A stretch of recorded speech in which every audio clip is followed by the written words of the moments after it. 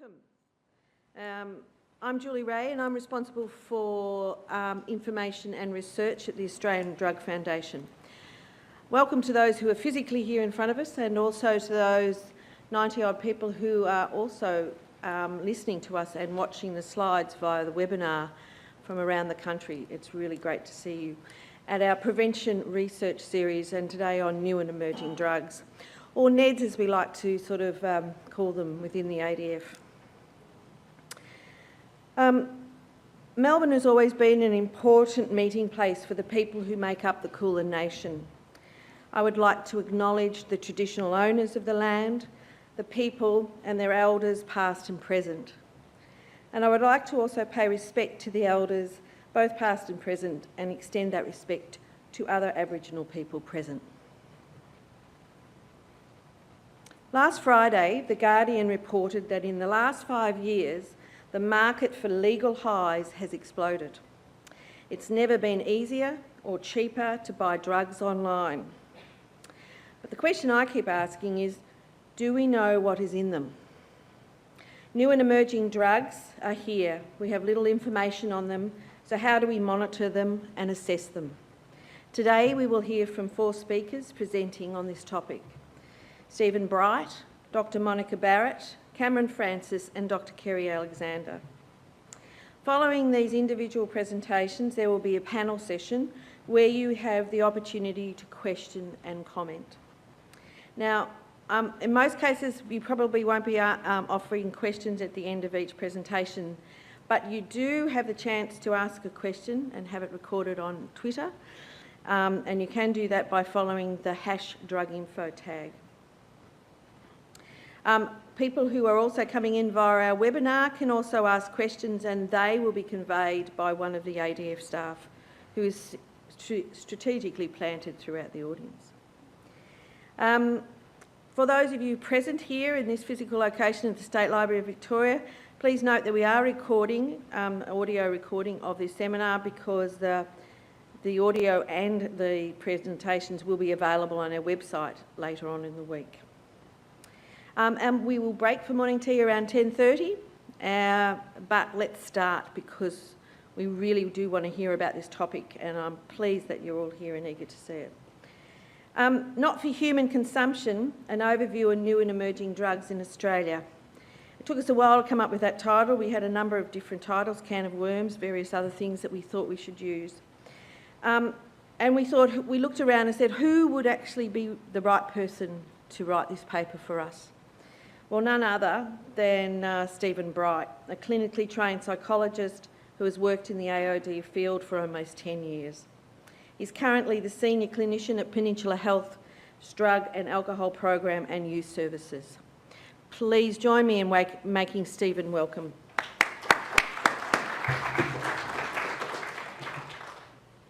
Is that right?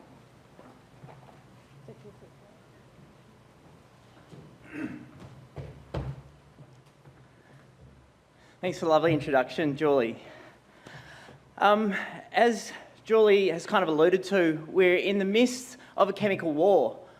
By tweaking the molecular structure of banned chemicals, new drugs have been emerging to work around the law. The rate at which this has been occurring is quite alarming. So,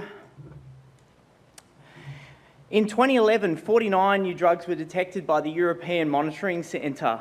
In 2011, 49 new drugs were detected by the European Monitoring Centre. In 2012, over 70 drugs were detected by the centre. So the rate at which these are emerging is almost at 1 per week, or more than that now. And this is just recreational drugs. Recently, as we've mostly become aware of, the molecular structure of banned performance-enhancing chemicals has also been tweaked to work around anti-doping regulations. Clearly, we all need to have some knowledge around this issue so that we can develop effective responses. Today, I'm going to start off by providing you with a brief history of designer drugs to give you a bit of a context for how we've ended up in the current situation wherein we find ourselves. I'll look at what new and emerging drugs have been available in Australia. So talking firstly about some of the various powders and pills that have been available. So these have been sold as plant food, bath salts, research chemicals, and a range of other products. I'll also talk about synthetic cannabis products, which have sometimes been sold as incenses. I'll talk a little bit about why people might want to use some of these substances, what their motivations might be, look a little bit around the harm potential of them. I'll try and talk about the prevalence in the context of the monitoring systems that we currently have in Australia, and also how we might improve those monitoring systems to be able to remain abreast of the changes that we're seeing. Finally, I want to talk about some of the policy options, because clearly what we're doing at the moment isn't working very well.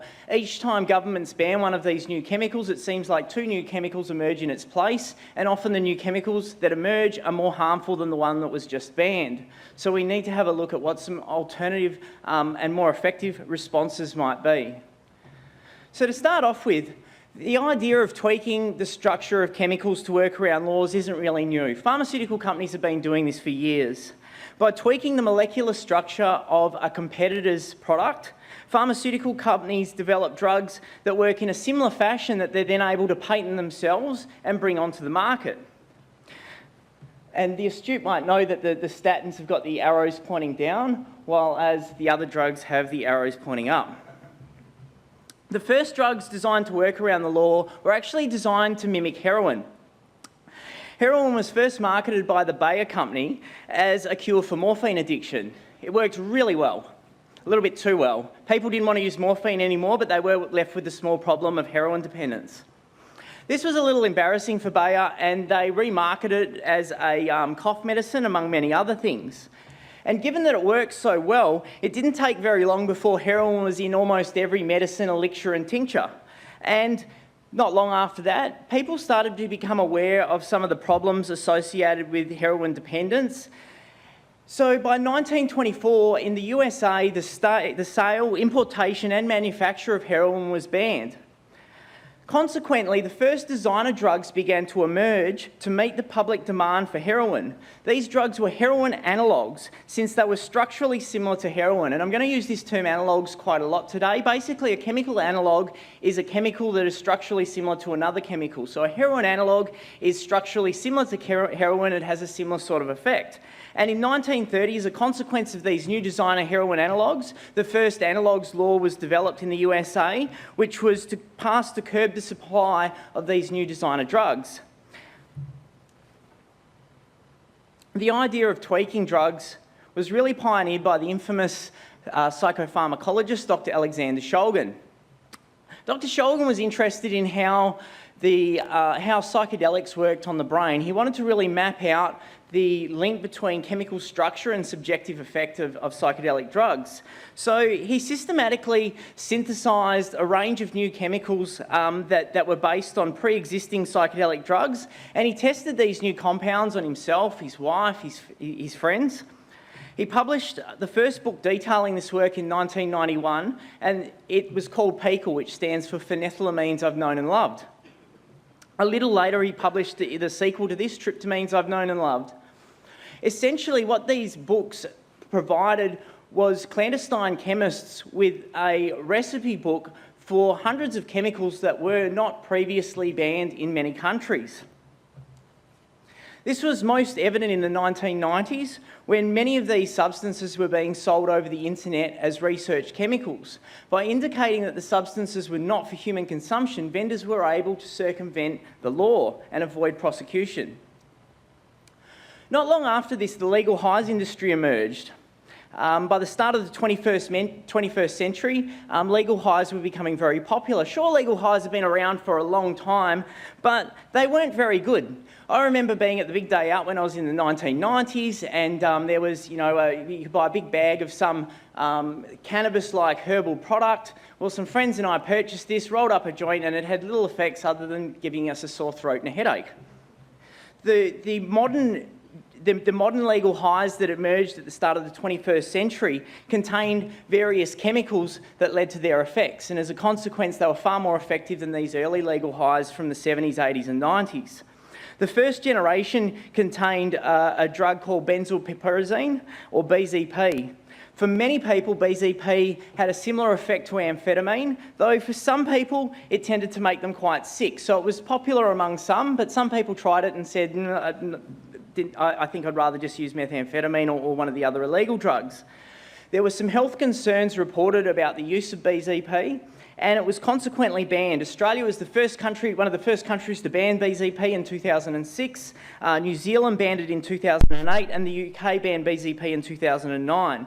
However, by this time, you already had a legals high industry that had emerged, and they were making big money. They were an international million-dollar industry. To continue making profits after BZP was banned, they investigated the use of new and novel chemicals to put in their new products that were BZP-free. These new products were often mislabelled as plant food in an attempt to conceal what they actually contained. This particular product, the London Underground Doves, states that it encourages healthy leaf growth and strong root development. Use 1 dove feeder per square metre around garden beds. For potted plants, use half a dove feeder.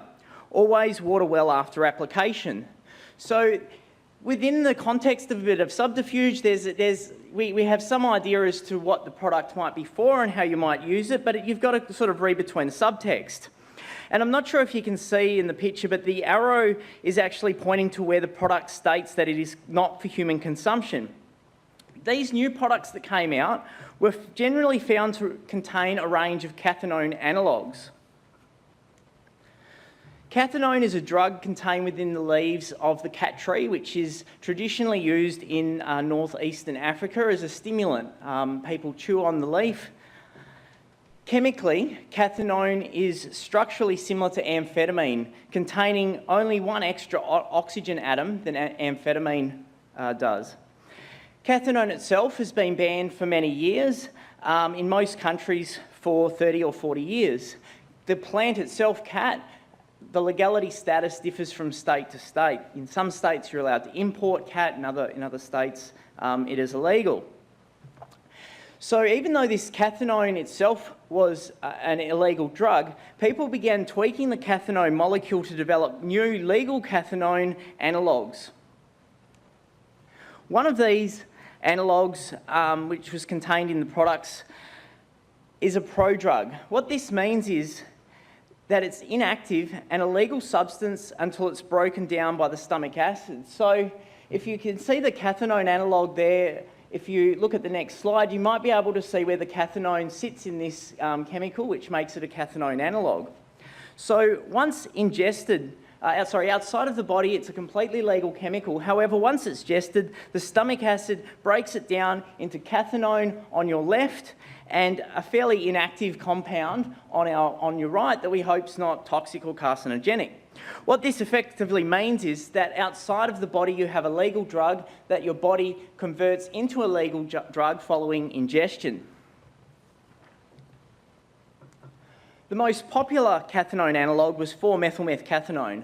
Given that's a bit of a mouthful, people came up on internet forums with some more funky names like mephedrone.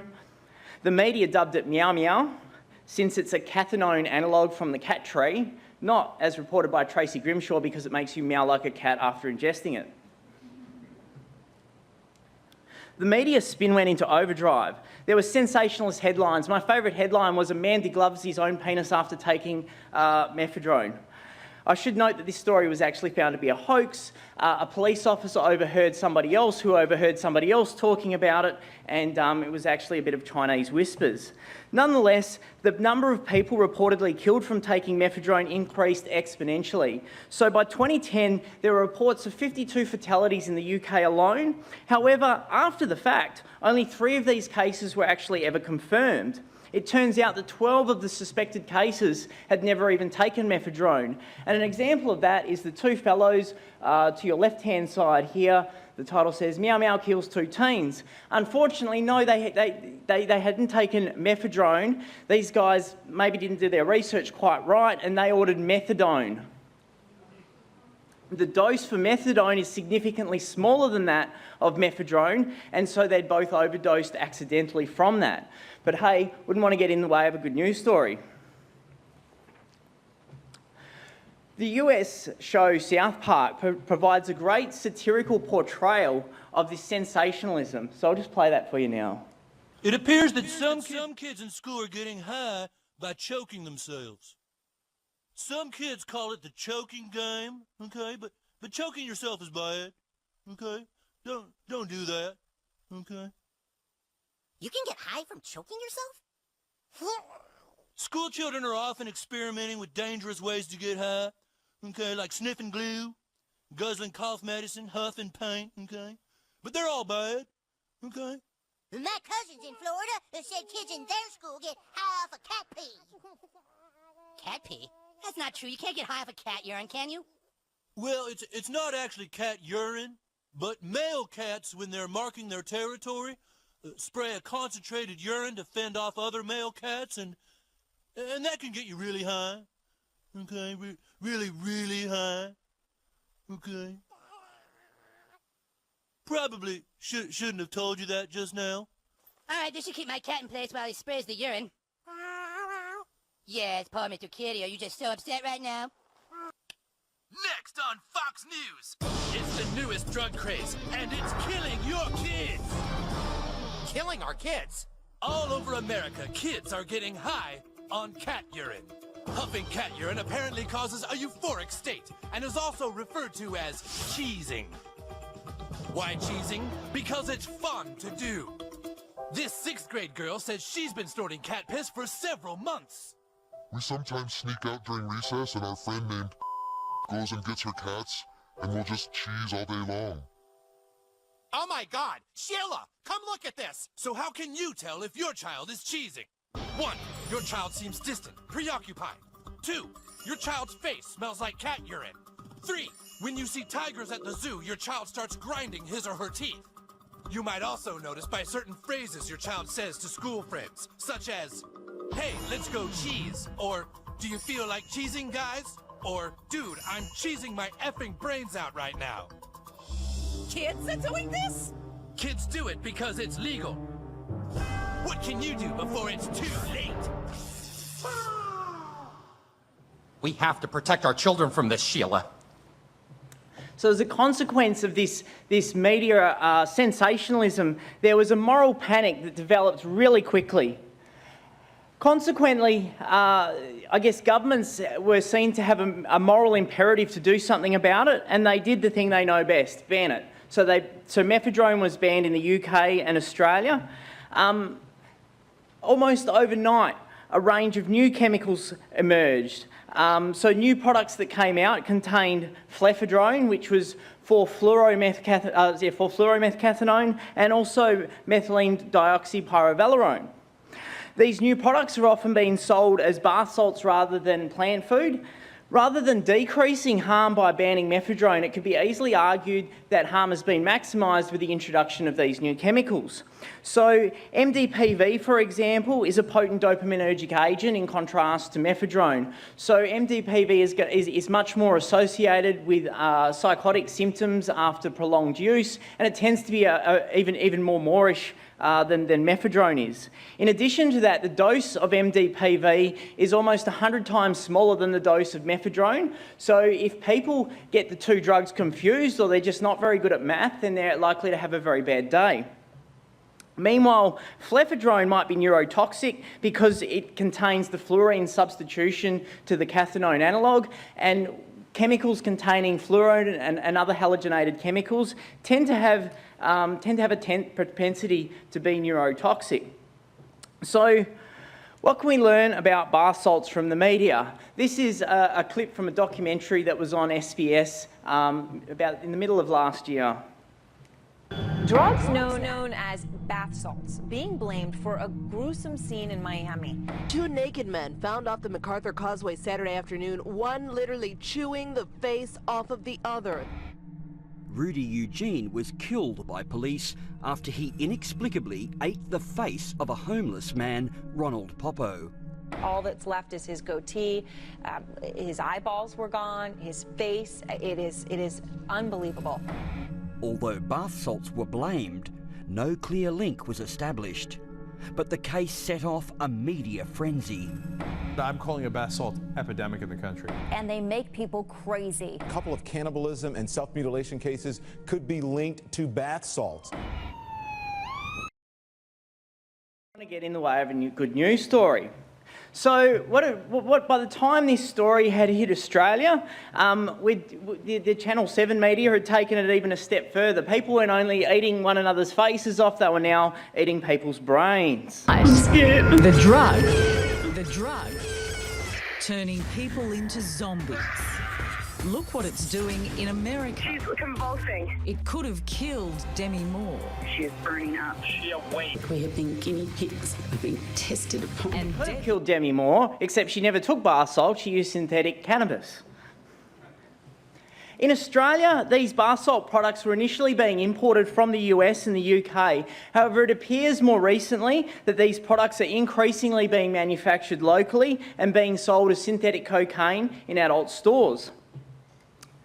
It probably doesn't come to as much of a surprise to people to realise that MDPV has been since banned in Australia. And this occurred federally in May 2012, and different states have reacted on different timelines. So there's no published analyses of Australian synthetic cocaine products, but one I'd fairly safely assume that most of the products up until May would have contained MDPV. As soon as MDPV was banned in May, a whole lot of the products, such as Shaman's Dust that was pictured on this page, which is being sold from a Frankston adult store, was superseded by new products, such as White Bull, White Revolver. As to what these new products contain, we can only really hazard a guess because, again, there's no good data, there's no formal published analysis.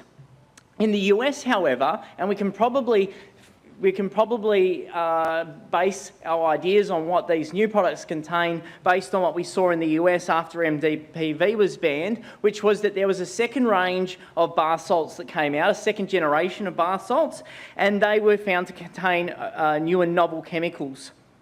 One of these is alpha PVP, and there's some anecdotal evidence in Australia that the synthetic cocaine products that are currently available may contain this. Alpha PVP has a much longer half-life than MDPV, and when you talk to people who have been using some of the synthetic cocaine products available at the moment, they talk about it often having quite a prolonged effect, and it also tends to make people really hot. And there's been lots of media reports of people getting naked and running around the place because they're basically stripping down to try and cool off. The pre-packaged products that I've been talking about so far, the plant foods, the bath salts, are basically just research chemicals that have been neatly packaged for consumers. In addition to these products, there's other research chemicals that have become popular in and of themselves that are not packaged in any product. They're typically ordered directly from chemical vendors as a near-pure chemical. One of the research chemicals that's quite popular at the moment is methoxetamine. And methoxetamine is an analogue of ketamine, and it has a similar effect, except the half-life is about twice as long and the dose is about half as much. There's been quite a few methoxetamine presentations in Victoria, and Dr. Caldicott's recently been credited with saving the lives of 2 people who had overdosed from it in Canberra. Methoxetamine was banned in the UK probably about 12 months ago, 18 months ago, and it was after that we started to see a rise in methoxetamine use in Australia. So it seems like we'll probably be about 12, 18, 24 months behind what's happening in the UK often, or the US. Another research chemical that Monica will be discussing in her presentation is 25I-emboam, and this is an LSD-like substance and may have been contained in some of the LSD blotter paper that's led to some recent deaths. LSD itself is not very toxic, so the blotter paper that had led to these deaths could not have contained LSD, or at least that could not have caused the person's deaths, so it's likely that it might have been one of these new chemicals. It's hard to determine how harmful these new drugs are because there's very limited data. Before we get any good data on how harmful they are, governments ban them. The media, however, have reported on at least 1 death from bath salts in New South Wales that involved somebody attempting to inject it. And there have been other deaths that I've mentioned from emergent drugs being sold as traditional drugs such as LSD. It's unclear how many people have presented to Victorian hospitals with problems associated with the use of new and emerging drugs due to inconsistencies in the way hospitals code the information. Nonetheless, since there's virtually no human testing conducted prior to these new drugs hitting the market, the substances, there's little information about whether the substances or their metabolites are toxic or even carcinogenic. We have no idea what the long-term effects might be from some of these substances, and potentially the next substance to hit the market could cause significant harm. So from the sort of powder and pills type products to synthetic cannabis, which has been another new and emerging drug in Australia quite recently. So synthetic cannabis refers to products that contain a herbal mixture that's then laced often with synthetic cannabinoid agonists, or at least drugs that tend to mimic the effects of THC, which is the active ingredient in cannabis. Synthetic cannabis has been around for a while. It first emerged in Europe in 2004 with reports of this product called Spice that was labelled to contain a whole lot of herbal products but had effects that were very similar to cannabis, and people sort of thought that, well, I don't think these herbal products could be producing this effect. But it took until 2010 before anybody was able to actually identify what the chemical was in it, and it was a chemical called JWH018, along with a couple of other chemicals. So in Australia, reports of synthetic cannabis anecdotally date back to about 2005 with people importing products like Spice into Australia, though it was in 2011 that synthetic cannabis began to emerge as a drug of concern in Australia. Chronic is the best known brand of synthetic cannabis, and they've had a range of blends produced including skunk, purple haze, tropical, pineapple, or Pineapple Express and Black Label. In 2011, radio and tabloid newspapers first began reporting on the use of chronic on Western Australian mine sites. These miners were using the drug to evade drug testing. The media interest in this grew quite swiftly, and by June, the WA government moved to ban 7 synthetic cannabinoid agonists that were suspected to have been contained in the chronic products that were available. Well, Chronic couldn't have asked for better advertising. The bottom line in this graph indicates the volume of news stories as measured by Google Trends, and the top line represents the number of people that were Googling the internet to buy some Chronic. What was really interesting is many of the online news stories had Google ads at the bottom of them that would take you directly to the Chronic shop. So you read about Chronic on the news, you scrolled to the bottom, you clicked on the link, you purchased it, and it was posted to you in the mail the next day. A Queensland newspaper quoted one fellow as saying, "I saw Chronic on the news and thought, holy smoke, I'm going to order this." In the lead up to the bans, people reportedly tried to stockpile Chronic, and Chronic manufacturers endeavoured to do their best to get rid of any remaining stock. They used social media, especially Facebook and Twitter, to engage their customers. These technologies provide a unique way of monitoring drug use interactions, and we've never before in Australia quite seen the social media used to sell and buy drugs in the way that this had occurred. So in terms of a Facebook interaction, the one that I've got here is from the Chronic Facebook page, and it says, "Just clearing out the last of our stock. It has to be gone tomorrow by close of business, so we have 2 options, give away heaps for free or just dispose of it tomorrow. I know what we'd prefer." And clearly there's a whole lot of people that have been interacting with the Chronic distributors on their Facebook page. The announcement by the WA government to ban those 7 synthetic cannabinoid agonists also led to a smoke 'em up party in Perth, where people were encouraged to bring the remainder of their synthetic cannabis Chronic products to a venue where they were all going to smoke it up before the bans came in at midnight. The party was shut down by police as a matter of public safety. It was moved to another venue and then shut down again following further police intervention. Midnight came along.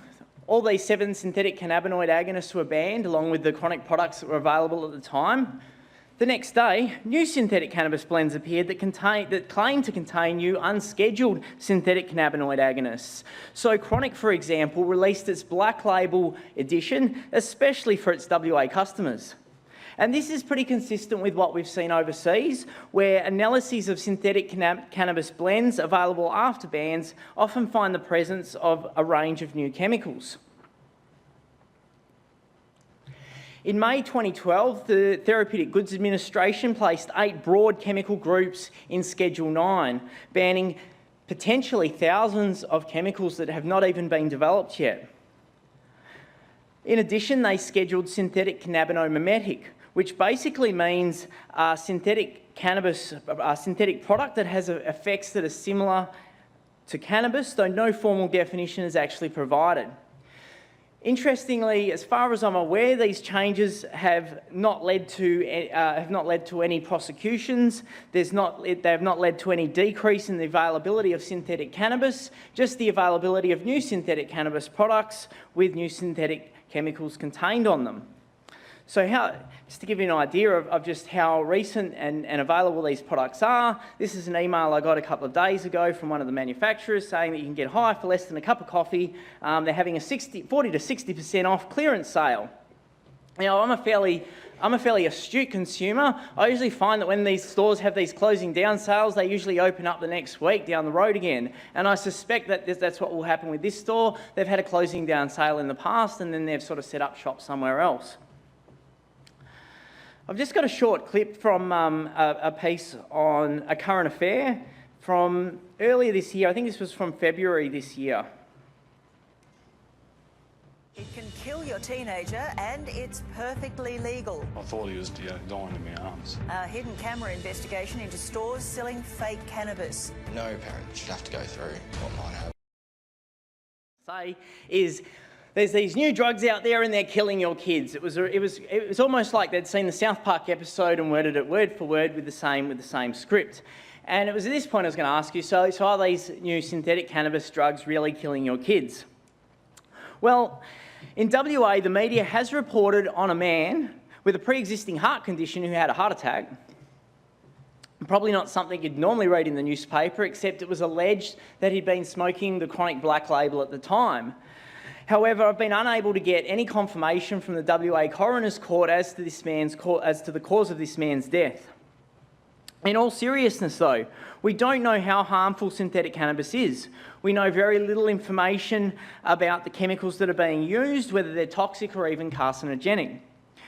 The harm potential of any synthetic cannabis product is going to depend on the specific chemicals that it contains, and many of these products contain 2, 3, 4 different synthetic cannabinoid chemicals, and often the blends will change from month to month in terms of what chemicals they actually contain.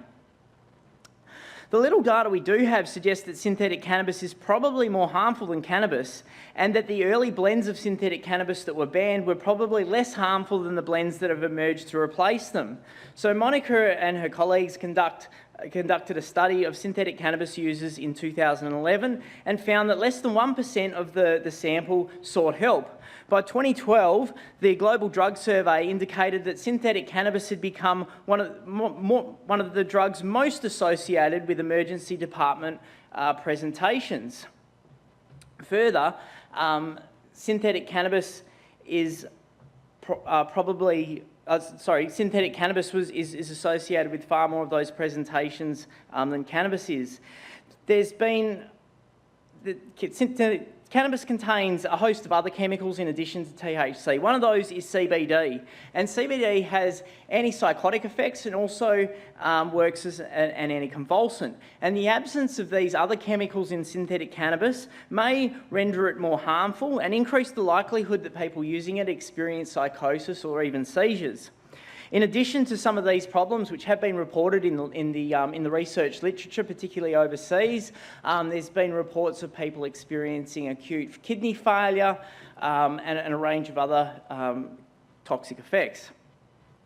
The duration of effect of synthetic cannabis is shorter than that of cannabis, and there's been some talk that it may be more likely to lead to dependence as a consequence of that, because people are needing to use it more often to maintain a high. And while there have been some reports of people successfully using synthetic cannabis to detox themselves and withdraw from cannabis, there's also been other people who have reported significant withdrawal symptoms when ceasing synthetic cannabis. So why would somebody use newly emerging drug products given the variability in products, the unknown harm potential associated with using them? Well, firstly, as I mentioned at the start, these drugs work. Unlike the legal highs that were available in the 70s, the 80s and the 90s, these drugs produce marked psychoactive effects which are associated with the various chemicals that they contain. Increased awareness of this fact, disseminated through the media and also through internet forums, has also undoubtedly fueled the demand for the products. People have often used them just out of sheer curiosity, while other people have been attracted by their legal status. There may be a perceived degree of safety associated with a legal product that's professionally packaged and purchased from a delicatessen. Others have used these drugs to avoid positive drug screens. Increased availability of a drug is associated with increased use, and emerging drug products have been highly accessible. They have been sold in some Australian tobacconists, adult stores, and additionally they've been sold online both from Australian and overseas websites. Further, Facebook has been used to sell synthetic cannabis. A number of people, small-scale people, had set up Facebook pages in 2011 and were selling synthetic cannabis products directly through Facebook. The emergence of these new drugs and their availability needs to be considered in the context of a worldwide decline in the purity of ecstasy. So you've probably got a whole lot of people that were previously using ecstasy that have become despondent with the quality of the products available, and some of those would have thought, hey, let's try some of these new products and see if they're any good. Comparing the price of what's available, all of these sorts of factors, influence people's consumption within the context of a drug market. Finally, some people might have been consuming new and emerging drugs and have not even realised it. As I mentioned, there's been reports of these drugs detected in samples of LSD and also samples of ecstasy or pills that have been sold as MDMA. And let's face it, if you're a smart drug dealer, wouldn't you be better off selling something that's potentially legal and not going to get you in trouble and selling that as a product that there is a demand for, an illegal product that there is already a demand for? Clearly, banning each substance as they emerge is not very effective. Some people have referred to this process as a bit of a merry-go-round ride. As one drug emerges, as one drug is banned, new drugs emerge in their place to meet the demands of consumers. These new drugs are often more harmful than the drugs that had previously been banned, and it seems like the rate at which this is occurring is only increasing. And my concern is that if we don't stop this merry-go-round ride soon, many people might get sick if a new drug enters the market that causes significant harm.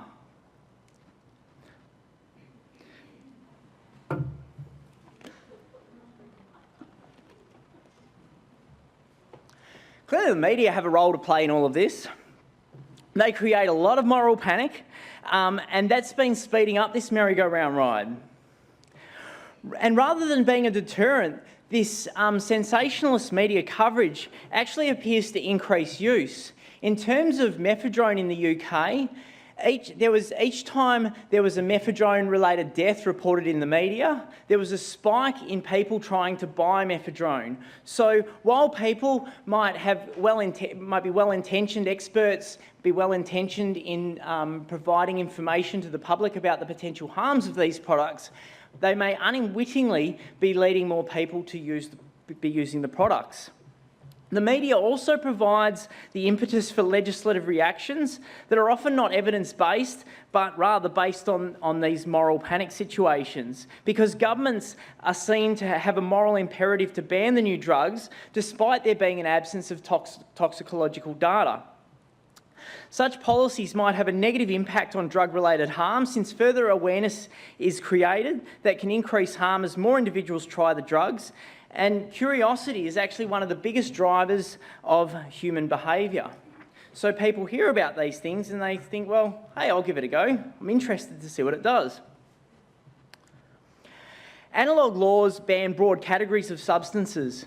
For example, in some states, chemicals have been banned based on their structural similarity to other banned chemicals, provided that they also have similar pharmacological effects. To date, many of these broader laws have not been successfully prosecuted, demonstrating both the structural chemical similarity and similarity in pharmacological effect in a court to a jury is quite difficult. In addition, such laws could impede the development of medicines. Recently in Queensland, only probably a week or two ago, new laws have been introduced defining an analogue as not only as either a chemical that's similarly structured to a banned chemical or pharmacologically similar to a banned chemical. So rather than needing this and needing both, the Queensland's introduced a new analogue law that means it can be one or the other. This means that many pharmaceutical drugs that we currently use as medicines would be considered illegal drugs under this new law based on their structural similarity to banned chemicals, had they not already been scheduled as medicines. But what about those chemicals that are in development? This could place interesting restrictions on researchers that are trying to develop new medicines, because some of the chemicals that they're now creating in Queensland could be considered illegal before they're scheduled as medicines. And you might be wondering, what's all this got to do with cheese and avocados? Well, in Queensland now, cheese and avocados might just be considered illegal drugs. Both of these products contain a chemical called tyrosine, which is structurally similar to amphetamine, even though it has no psychoactive effect. While some people have suggested that consumer or medicine law could be used to control new and emerging drugs, because these new and emerging drugs are not sold for human consumption, it would be very difficult for these laws to be effectively used in Australia, unless we make some changes to the laws. Because they're not for human consumption, the only way to implement the consumer law at the moment would be to argue that the intended purpose of the product doesn't work as well as it does. So you might like to take the bath salts, or take the plant food manufacturers to VCAT and explain that it killed your roses. Or perhaps after bathing in your bath salts, you smell like a meth lab. New Zealand's shown some leadership through implementing a specific regulatory regime for new and psychoactive substances. Under this new system, distributors will be required to establish the safety of the products before they hit the market. So by default in New Zealand, any product is illegal until the product has been demonstrated to have a degree of safety. Personally, while this sounds good on one level, I believe that it's quite madness that we are rationally able to justify the regulation of substances that are probably more harmful than the substances that they're trying to mimic that are currently prohibited. Yet it's almost impossible to discuss regulating these currently prohibited substances. So in that instance, I guess the New Zealand model is a way forward, and perhaps it might allow for in the future the regulation of some substances that are currently prohibited. I saw an interview with Peter Dunne, the Health Minister at the UN, and somebody asked him that question, and he very carefully sort of stepped around it and acknowledged that there was the possibility with the new laws that they've introduced to do something like that. In the absence of any such radical shift in policy, we need to develop our monitoring systems so that we're able to identify if there is a particularly harmful substance that's emerging, and notify those people who are able to rapidly respond to that. The monitoring systems we have in Australia at the moment are currently inadequate. For example, some of the survey-based systems we have the National Household Strategy Drug Survey. It's one of the biggest surveys that's conducted of the Australian population, and it's done every 3 years. The last time we did the National Drug Strategy Household Survey, new and emerging drugs weren't an issue, and so we have no data on that. And the next time, it's currently being done at the moment. As far as I'm aware, they're not looking at these substances. One of the reporting systems that has looked at new and emerging substances is the Ecstasy and Related Drugs Reporting System. However, the EDRS didn't detect mephedrone in Australia until after it had already been banned. One would assume people were using it before it was banned. So these systems are a little bit slow to pick up what's happening, because to be able to identify what people are using, you need to have an idea of what they're using so you can ask about how much they use it. Wastewater analysis is another great system that might provide some indications of prevalence, though there's some limitations around wastewater analysis as well. Again, you need to know what chemical you're looking for in the wastewater, otherwise you just have poo. Unless you know what substances you're looking for, you can't identify them. So we need ways of picking up the new drugs as they emerge so that we know what to look for and get an idea of prevalence. In addition to that, while in the wastewater analysis, while it can give us some idea as to how much of the drug is in the wastewater, we don't know what that means in terms of how much is being used, because we don't have any algorithms around the drug's metabolism, so we can't work out how much in wastewater equals how much being used, and we don't know where the drugs are coming from. Is the new and emerging drugs ending up in the wastewater coming from people using products from adult stores, or are they using ecstasy that contains these, that surreptitiously contains these new and emerging substances? Monitoring of acute presentations such as those in hospital emergency departments or even ambulance statistics could be helpful in providing early identification of potentially harmful drugs. However, given the aforementioned limitations in coding procedures that we have at hospitals around Australia, these trends are unlikely to be identified unless there's a real spike in presentations at one particular site, which is too late. And we don't really know how many people are even using these substances based on these monitoring systems that we currently have. Systems such as the EDRS are looking at a particular population, so we can't really generalise that to the general population. The best data I think we have has come from the Global Drug Survey in 2012, which showed that 9% of respondents had used a new and emerging drug product at some point. However, again, this is not necessarily representative of the general population. An ideal monitoring system would monitor both the internet and physical stores for the emergence of new drugs. Now, Monica's going to talk about in her presentation some ideas about how we might monitor the web. And in terms of physical stores, researchers need to actually go in there, purchase the products so that they can take them back to the lab to analyse them and find out what's in them. That's really the only way that we can find out what new drugs are in the products that are currently in the market. If a new drug is identified, then our current systems could be utilised to verify its use. So once we note that one of these products is available, we can use the current systems that we have to determine how much of it's being used. And if a potentially dangerous drug is identified in this analysis process, it could be strategically communicated and acted on to prevent a public health crisis from developing.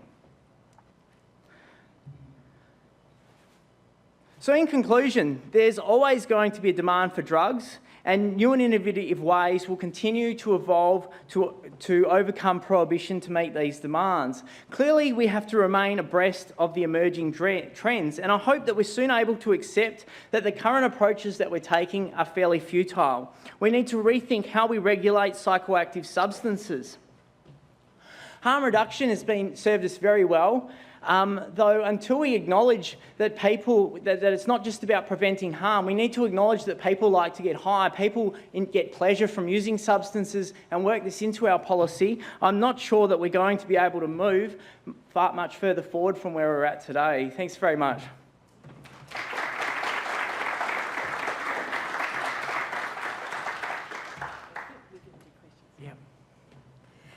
Wow.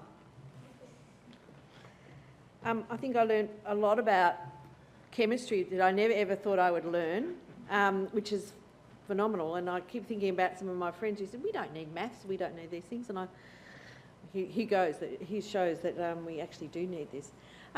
Is there any questions? Anyway, we have a couple of minutes to ask some questions from either the people on our webinar or even people in the audience. There are 2 microphones roaming around here at the State Library. And I'm just looking through some of the questions that not many questions have come through via the Twitter.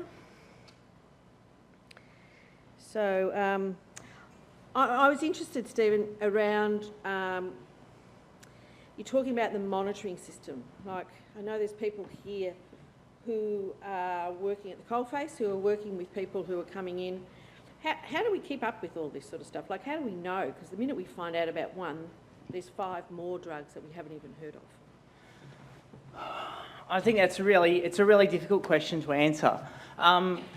In terms of treatment settings, so I work in an alcohol and other drug treatment setting, we haven't seen a lot of presentations with new and emerging drugs because most of the people using them have not developed problems to such an extent that they've required those sorts of services. However, in saying that, since I started working at Peninsula Health's Drug and Alcohol program and sort of trained up the staff, we're now assessing for the use of these substances within our service, and we're seeing that while people are not presenting directly with the use of the substances, they are acknowledging that they have used new and emerging products. So a number of people are using the products that are coming to treatment agencies, though that's not their reason for presentation. In terms of acute settings, again, within our hospital, we do see a lot of people coming through in various pockets, depending on what products are being sold in the local area. And I'm not sure that it's that important for the acute services to need. I don't think they necessarily need to know specifically what substance or what chemical the person's taken, but just what sort of a substance it is, so that they're able to treat that in the way they would sort of the prototypical substance that it's trying to mimic. In terms of the monitoring systems, I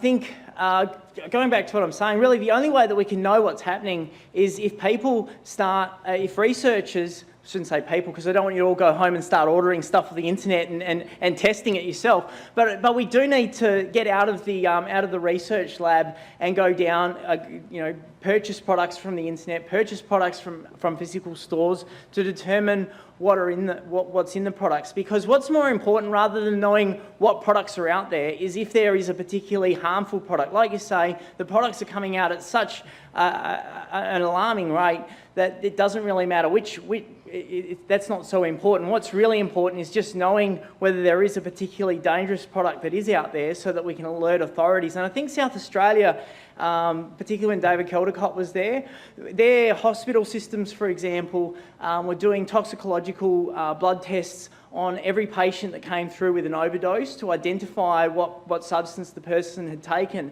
Something like that would be particularly helpful in being able to identify a new drug emerging, hopefully fairly on, before it had already harmed too many individuals. Sure. And, oh, good, because I've got heaps. So the gentleman in the row, thank you. Thanks for that talk, Stephen. That was really interesting. The monitoring system that you described for going into stores and finding out and going back to the lab sounds particularly cumbersome. But you also described earlier that this is a multi-million-dollar industry that's providing these things.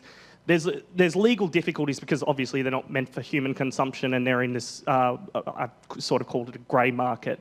It's not quite legal, it's not illegal, but somewhere in between. But is there a possibility of working with the industries in the future, the AOD sector and the industries, to try and find these chemicals and find out what's being released?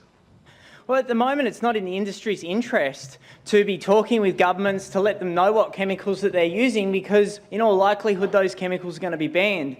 The only alternative to that in terms of working with industry would be the New Zealand model, in which industry would have to demonstrate some level of safety around the products that they're using before they market those products. However, as I said before, I just find it quite amusing that we're talking about regulating these substances, that maybe we do a trial of 100 people and have some safety data on that and use that as justification to provide some regulation over the marketing, sale and distribution of that product, which is great because it means that we have some control over it. We've done really well with cigarettes, for example, by having regulation over cigarettes.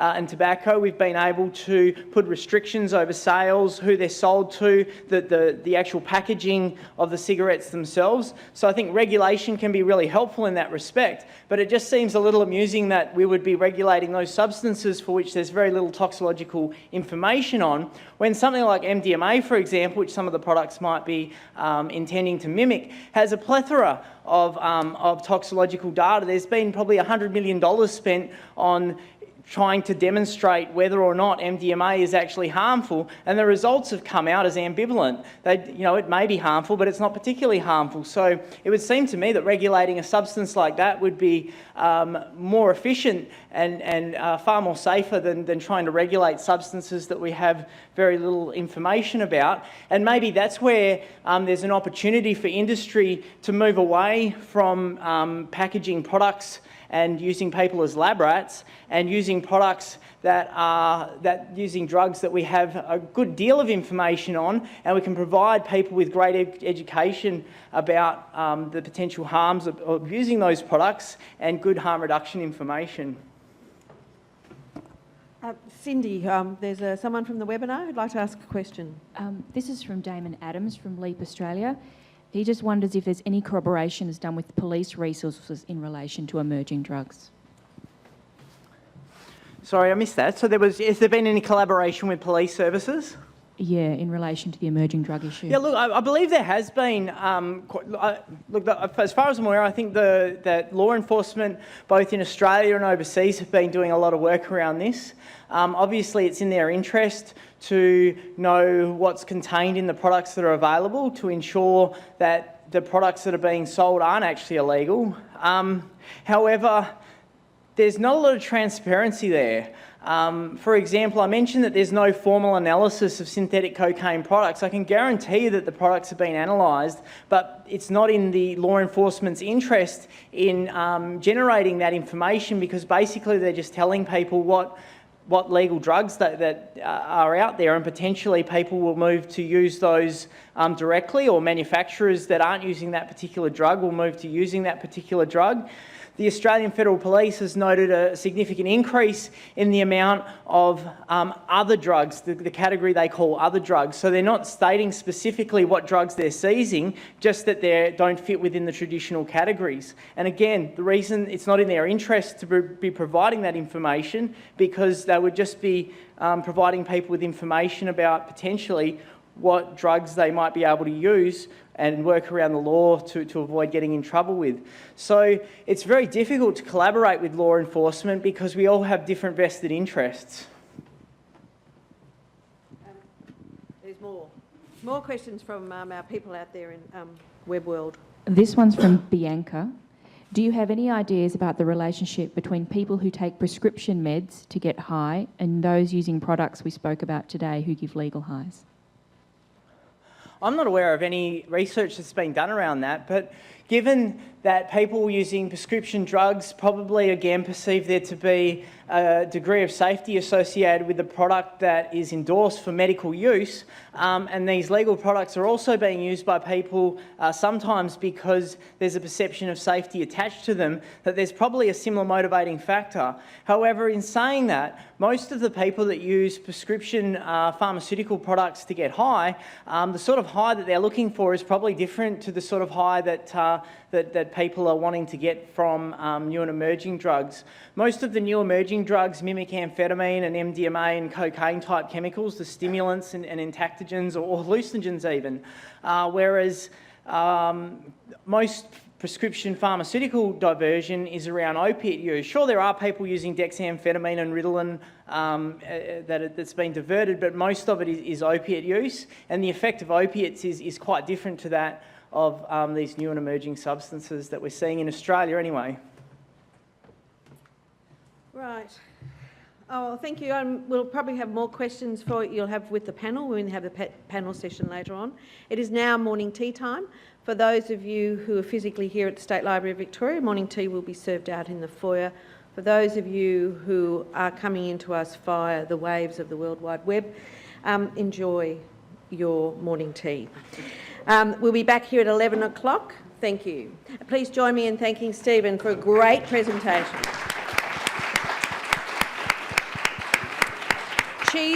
cheese, cats and various other things will never be the same. Well, welcome back everyone. As Stephen outlined before morning tea, monitoring the emergence of these drugs is actually quite important, and looking at processes around that. In our next presentation, there will be an outline of 4 ways of monitoring drug use trends online and in real time. Our speaker, Dr. Monica Barrett, will be speaking on the rapid identification of new drugs through online monitoring tools. Now, Monica is a research fellow at the National Drug Research Institute at Curtin University. Most of you would know her, and if you're into social media and alcohol and other drugs, you will know Monica is very prolific in that field. Please join me in making her welcome to the stage.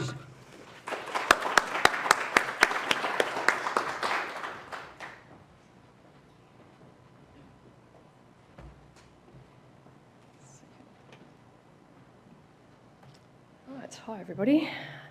Thanks for that welcome, and thanks for all coming, and thank you so much to Steve for such a fantastic introduction to this topic. It makes it a lot easier for me to just do my little part of it. So yeah, rapid identification of new drugs through online monitoring tools. So I'm going to use the example today of the NBOME drugs, 25I, 25B, 25C, and there's numerous others, just to give you a bit of a snapshot of how you might use these tools. So some contact info there, which I'll leave on at the end as well. Feel free to tweet to me and I will get back to you later. Okay, so I think the challenge has been really well set out by Steve. These new drugs are rapidly emerging, and the current monitoring systems we have just aren't really set up so well.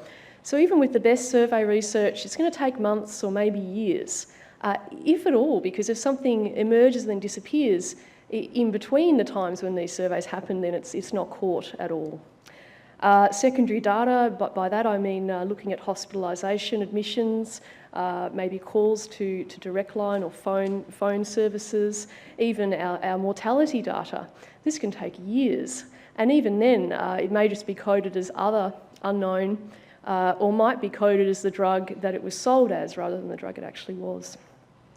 So the question, I think, is can we better harness the internet technologies we know exist to monitor these new drugs in real time? And maybe we can then find out what is happening both here and right now, rather than a year ago. So I'll have a look at 4 different tools today. Google Trends, which Steve has shown us a little bit of earlier, with synthetic cannabis as an example. Bluelight.ru, which is a drug user forum. It's been around since 1999. It's quite a large international forum. I'll have a look at Twitter, and also we'll have a look at Silk Road, the online drug marketplace. Okay, so, and the example I'm going to use, I won't spend a lot of time on the pharmacology here. You can all look at it later if you're interested in that kind of thing. But the NBOME series, they're classical hallucinogens, so I guess they've been compared to LSD in their effects. They're actually structurally similar to the 2C class, so Alexander Shulgin's classes of drugs. So the 25I is similar to the 2CI. So you can see an example of the molecule over there. However, it's much potent than 2CI. So the 25I is much more potent than 2CI. It's a microgram dosage, and it's on blotter paper. It's a sublingual or buccal, so in the cheek presentation. Route of administration. And because it's on blotter paper, it's very easy to send in the post. The analogue laws in Australia are likely applicable given the structural similarity between it and the 2C substances. And we have had some associated deaths and serious incidences reported in the media, and some scant other published research. So I went into PubMed and put in 25I and NBOME, and I got literally 3 case reports over in the last 6 months. This was one which was basically just someone that had come to this hospital and was intoxicated with this drug, had some serious issues, had jumped out of a car as was hallucinating quite a lot. So there's sort of a little bit, a scant amount of information available.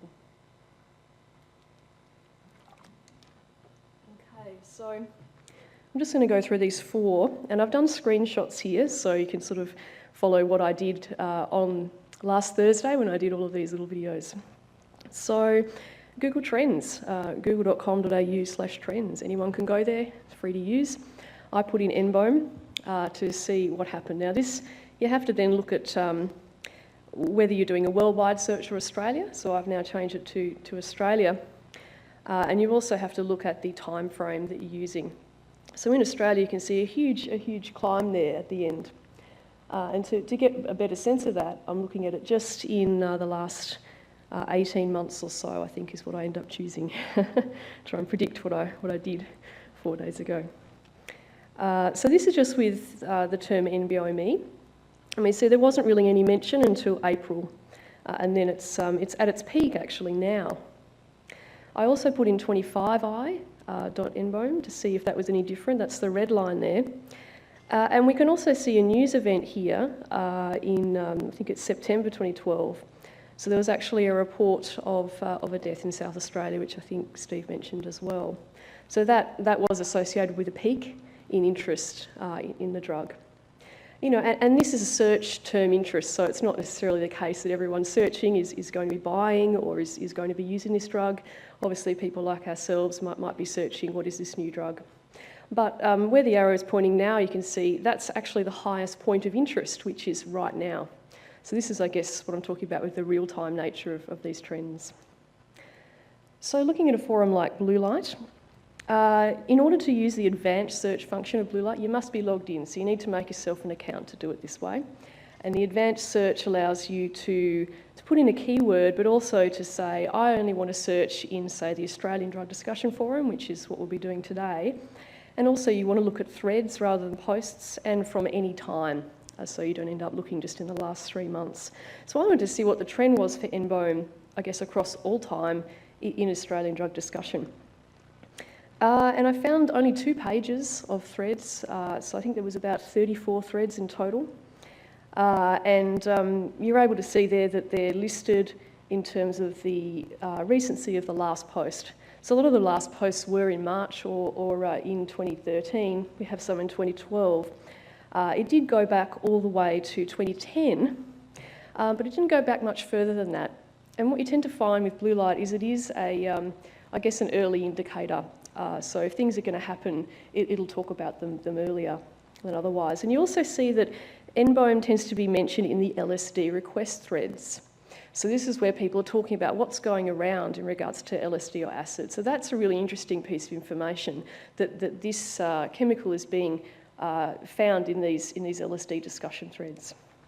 So I just picked out a couple of, obviously you can have a look at the threads and you can have a look at, see how Australians are actually talking about this drug. So in this case, I won't look through all of the text here.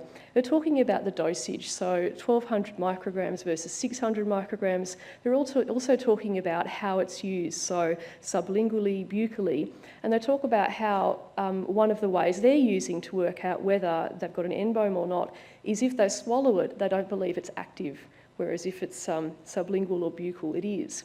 And I don't know whether that's true or not, but that's clearly something that these guys are talking about. So for some of them, if they've got an unknown hallucinogen and they actually swallow it and it's active, they say, well, that can't be an NBOME. So, you know, it'd be interesting to sort of follow that up and see how accurate that was.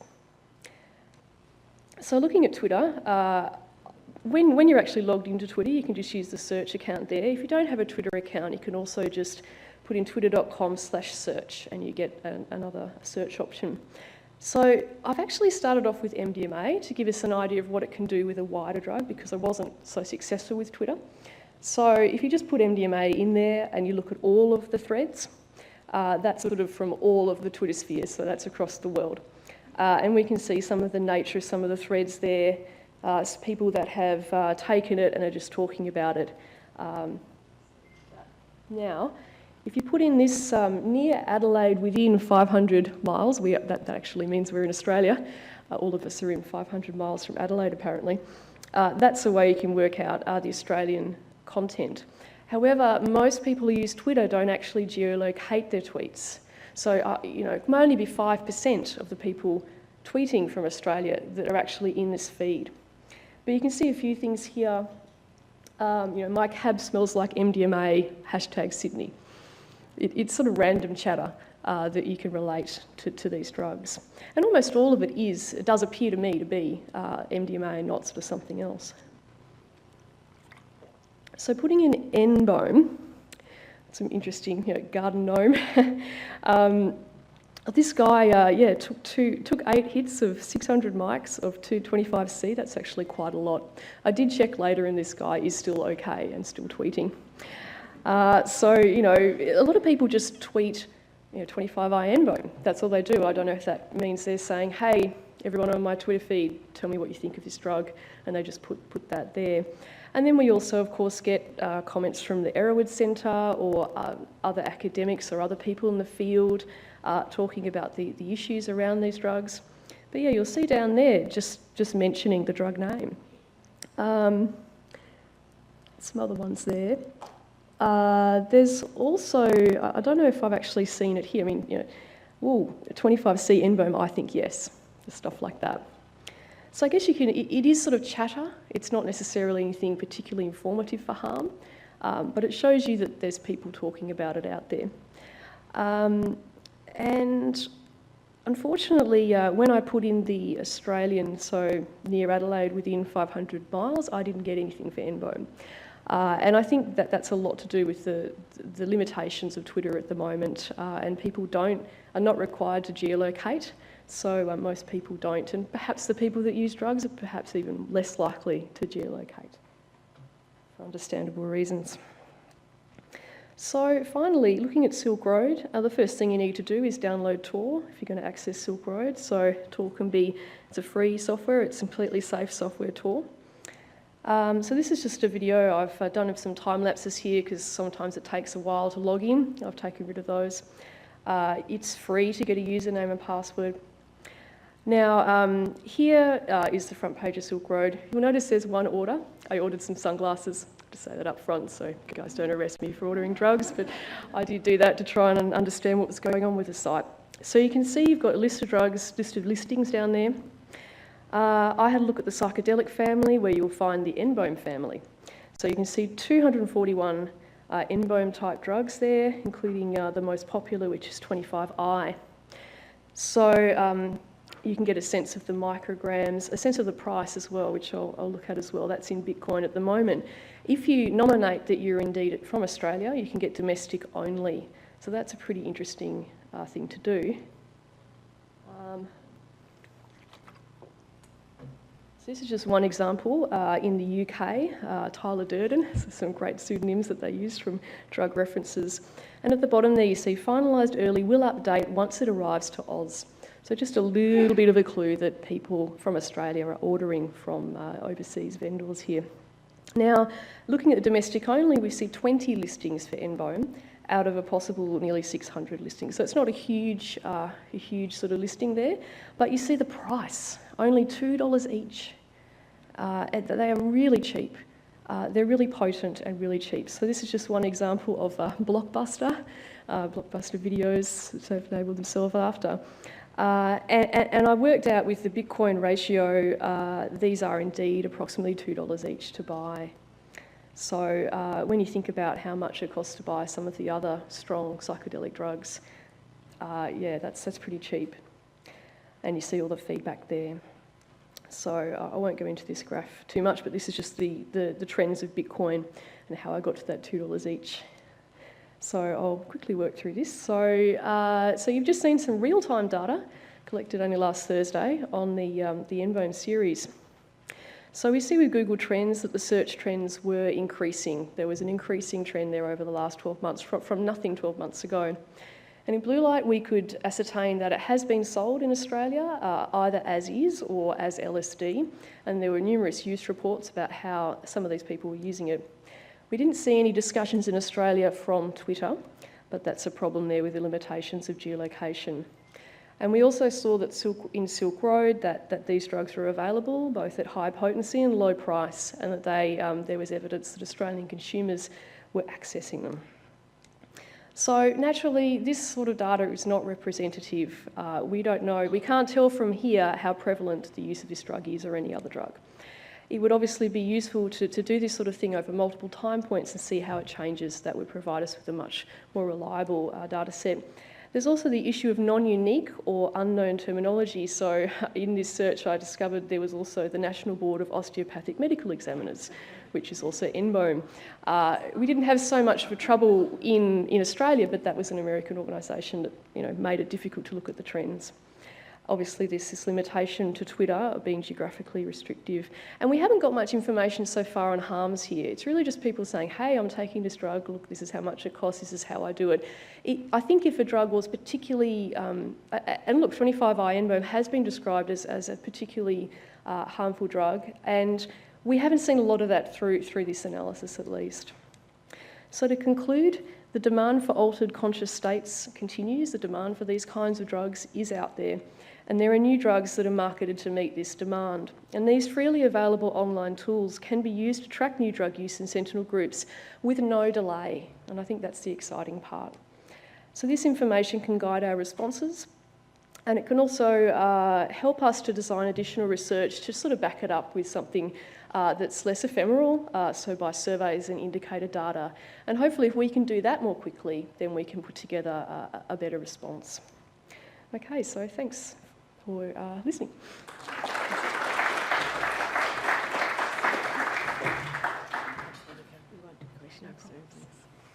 Oh, thank you, Monica. That's fantastic. And if you want to read more, in our Prevention and Action newsletter, that is in your packs and is available from the Drug Info website, there is an article by Monica in there. So thank you very much. Monica will be joining us at the panel, so hold your questions now until then. Our next speaker, Cameron Francis, is from Dovetail in Queensland. His presentation will provide an overview of the types of requests for support received from workers across Queensland who are encountering young people who use emerging psychoactive substances. I heard Cameron speak at Winter School last year in Queensland. He's an excellent speaker. That puts a lot of weight on your shoulders now. And we'll all be putting up voting cards very shortly. But anyway, do make Cameron welcome to the podium. He's speaking on responding to emerging psychoactive substances. What do workers need to know? Thank you.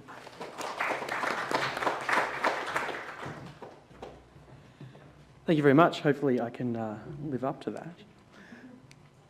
What I'm going to talk about today is some of the requests that we get at our service from frontline staff who've got questions about emerging psychoactive drugs. Just to give you some context, the project I work in, we're 4 staff and we don't see any young people ourselves. We see workers and provide clinical advice and professional support to frontline staff around the place. So we do a lot of that through our website. So we take email, people send us email questions, but we're also publishing some good practice guides as well. But most of our requests for assistance come via the telephone. So today I'm going to give you a bit of a rundown. We've gone back and analysed the questions that we're getting, and I'm going to give you an overview of some of those. Our data is not perfect though, because we know a lot of the questions we were getting were also in person. We do a lot of training around Queensland, and our most commonly requested training is on emerging drugs. I think 2 weeks ago I did the same 1-hour lecture 6 times. To workers all over the place, and a lot of that has come because they've been getting presentations coming through services. So we do get some of the anecdotes I'll give you have come out of these training conversations that we've had as well. But when we went back and had a look at who's ringing us for these kinds of questions, most of the calls were about synthetic cannabinoids. We also noticed that there's no real geographical limitation to that. Because Queensland has got a lot of mining happening, we've seen a proliferation of these substances right throughout regional Queensland really quickly. So we were getting calls from really remote places, including some remote Indigenous communities as well, which was a little unexpected. Most of the questions were people saying, where are they getting these things from? There was people in small country towns who just were amazed that the local tobacco shop might be selling this stuff, and were quite concerned about that. We also got a cluster of calls from different mental health units around Queensland, and these calls keep coming in, and these are often to do with people who are usually inpatients who presented with psychotic symptoms. Has been one of the really common phone calls we've had about, but also a number of mental health units saying that they've gradually worked out over time that people, while they're an inpatient, are still using synthetic cannabinoids. Some of them have been absconding for the day, ducking down to the tobacconist and coming home quite intoxicated. And the mental health units have had a really hard time working this out, especially because people are testing negative on a urine drug screen. So it's taken them a while to work out that that's been happening. There was also a fairly hilarious anecdote, was that I did our training at one of these mental health units in Queensland, and a particular nurse there said to me, "Oh, Cameron, it all makes sense now. We had a young fella on the ward just last week, he was quite psychotic. He told us he'd been smoking chronic, but I said, no dear, chronic is a health problem you've had for 6 months or more." And he said, no, I'm buying it from the tobacconist and it's called chronic. And she said, no dear, it's just a long-term health condition. Until she saw our presentation. He'd also never been detected on a urine drug screen, but it really demonstrated what we've learned, which is that people, unless they know what they're looking for, they really don't see it at all. The other ones, we get lots of calls about slang terms. So people are ringing us saying things like, oh, I've had a young person come and they're using blue Neos. What's that? Or Charlotte's drug is probably the most bizarre one that I've had. I spent a long time on Google trying to work through that one and found nothing. But some of the other more common brand names like NRG1, etc. So, I mean, we spend a lot of time on Google doing homework, trying to track down what these could be. What we've found is that most of the time we're not getting reliable answers. I suspect that there's so many different brands being manufactured that you've got local independent wholesalers are making up their own products. So we actually can't really track even brand name as a way of finding out what some of these chemicals might actually be. Our most common call though overall was, what is the current legal status of whatever? This was really tricky because we were often receiving these calls from people whose job it was to actually enforce some of the potential regulations in this area. So they would be surprised that we would say, well, actually, I was about to call you and ask you the same question. So we've had a real struggle with keeping up to date with what the legal status actually is, but we also know that there's a difference between what the law says and then what the actual practice on the ground is. And those have been two actually quite different things. So people have heard in the media that there are new laws in Queensland around analogues or around particular synthetic cannabinoids, but the shop down the road is still selling them. And we've worked out really that some of that is because some people who may have a role in enforcing some of those laws aren't unaware of that, or don't know what they are, or don't know that they have those powers even. So this has been quite tricky for us to keep a handle on that. Also because we've seen it occurring quite differently in different towns. So one town might have a police service that's really active in seizing products from the tobacco shop, whereas others will just say, no, there's nothing we can do about that. The way we've tried to keep on top of this one is just staying in regular contact with our friends in police and elsewhere in Queensland Health as well, because these are people who are calling us for advice, we're calling them for advice. So we actually catch up relatively regularly now to sort of swap anecdotes about what's happening over your side of the fence and what's happening over our side of the fence, and kind of compare anecdotes to sort of keep a bit of a track of it. We also noticed when we went back through our data, we found a number of calls regarding plant-based products as well. So this is a little outside of the synthetic analogue world, but we know many of the similar retailers are selling these products as well. So we got a number of calls about Hawaiian baby woodrose seed, which contains lysergic acid amides, a little bit similar to LSD. We'd also had a few calls about Salvia divinorum and quite a few calls about DMT as well, that people have been picking up through their services. We got a number of random anecdotes around the place, and it's hard for us to know what to do with some of these, but one that we got last year was a worker in regional Queensland who was telling us about this particular place has a bit of a schoolies concentration.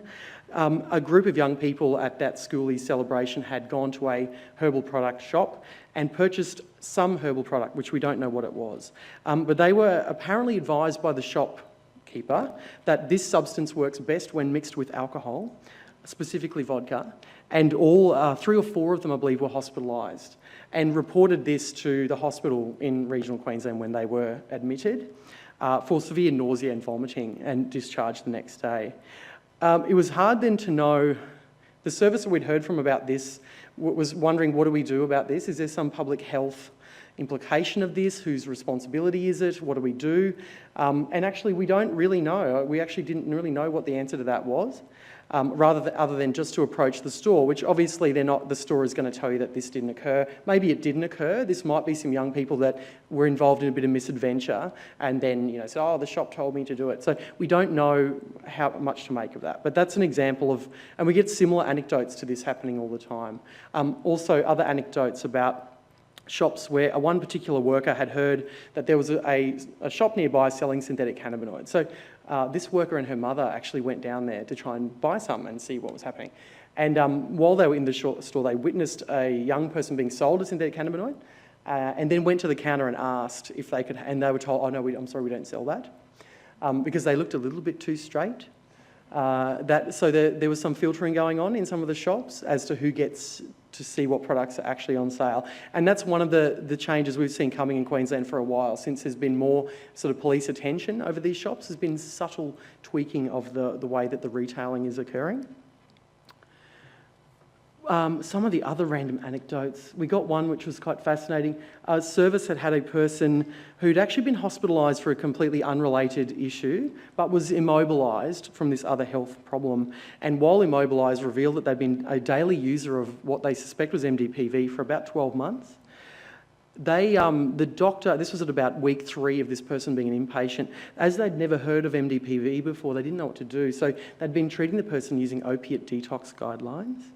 I didn't ask whether they were heavily sedated with buprenorphine, but that was an example of a medical service that actually had no idea what to do. The person had presented looking quite sedated, which for a stimulant type withdrawal might be something you'd expect, and they'd sort of interpreted that as potentially a depressant drug and then treated that accordingly. So that was an interesting one. We gave them some thorough advice on that. But something that we've sort of evolved our advice to workers over time since doing these presentations and getting these kinds of calls. One thing that we talk about a lot to frontline workers is that we've got a severe credibility gap that we have to overcome with young people. That a lot of young people are sceptical about existing drug health messages because frankly a lot of the risks have been overstated for a long time and we've relied on scare tactics for too long. So really we're now in a position of trying to communicate a fairly complex public health message to an audience that are largely pretty well tuned off. And Steve mentioned before, if there's a report of a death from methadone, everyone jumps online to try and buy some. And that's an example of that, the way that we've developed this major credibility problem in our messaging. The media reports are usually hysterical, and that contributes to this credibility gap that we have to try and overcome. So we're starting to advise workers on the process of rebuilding credibility with our clients that we work with. And one of those is accepting pleasure seeking and the other positive reasons for drug use. I don't know how many times you pick up an ecstasy brochure and the listed effects of ecstasy are anxiety and paranoia. You just wonder, why would anyone take this? But we have to acknowledge pleasure-seeking and positive outcomes of drug use because this is what people actually experience when they take them. So if we go in saying, oh, it's all terrible, then we've instantly lost them straight away. So we've got to accept the good and the bad. We have to acknowledge people's actual lived experience of drug use for them. And we've also got to focus on realistic potential harms, not just worst-case scenario face-eating cannibal. So our tips for workers is that when people are doing assessments or having the conversation about drugs, there's a few extra questions we've got to chuck in now. And we still haven't settled on this language, and I think it would depend where you are, but we're saying ask about herbal supplements, herbal highs, party pills, legal highs. We've had some cases of herbal libido-enhancing medications purchased from pharmacies that actually contain Viagra. So there's a real crossover in that pharmaceutical drug world and the other synthetic drug world. We're asking people to check on a brand name because maybe you can Google it and maybe there is a store selling it and it might help you work it out. Ask them what it was sold to them as, because we know chronic was sold as a herbal incense, but the person behind the counter is often saying, it's just like pot, don't smoke too many cones. Blah, blah. So we know people are sometimes given more information verbally than might be on a packet. We also want to get people to describe subjective effects, hallucinogen, depressant, etc. But most usefully, is it like any other drug they've used before? Did it feel a bit like pot? Did it feel a bit like ecstasy? Also, do they have any negative health effects? Because we know quite a few people do find them, especially synthetic cannabinoids, a lot of people who use them find them a little unpleasant sometimes. There's a number of people who say that they'd prefer to use whole plant cannabis. But finally, we've got to try and advise of some of the risks involved in using an unknown drug, which, given the credibility gap, is a bit of a difficult issue. And so we have to build that trust before we can go ahead and do any of that sort of work. But if you would like any more info, there's our contact details. And I'll be around on the panel a little bit later as well. So thank you for listening.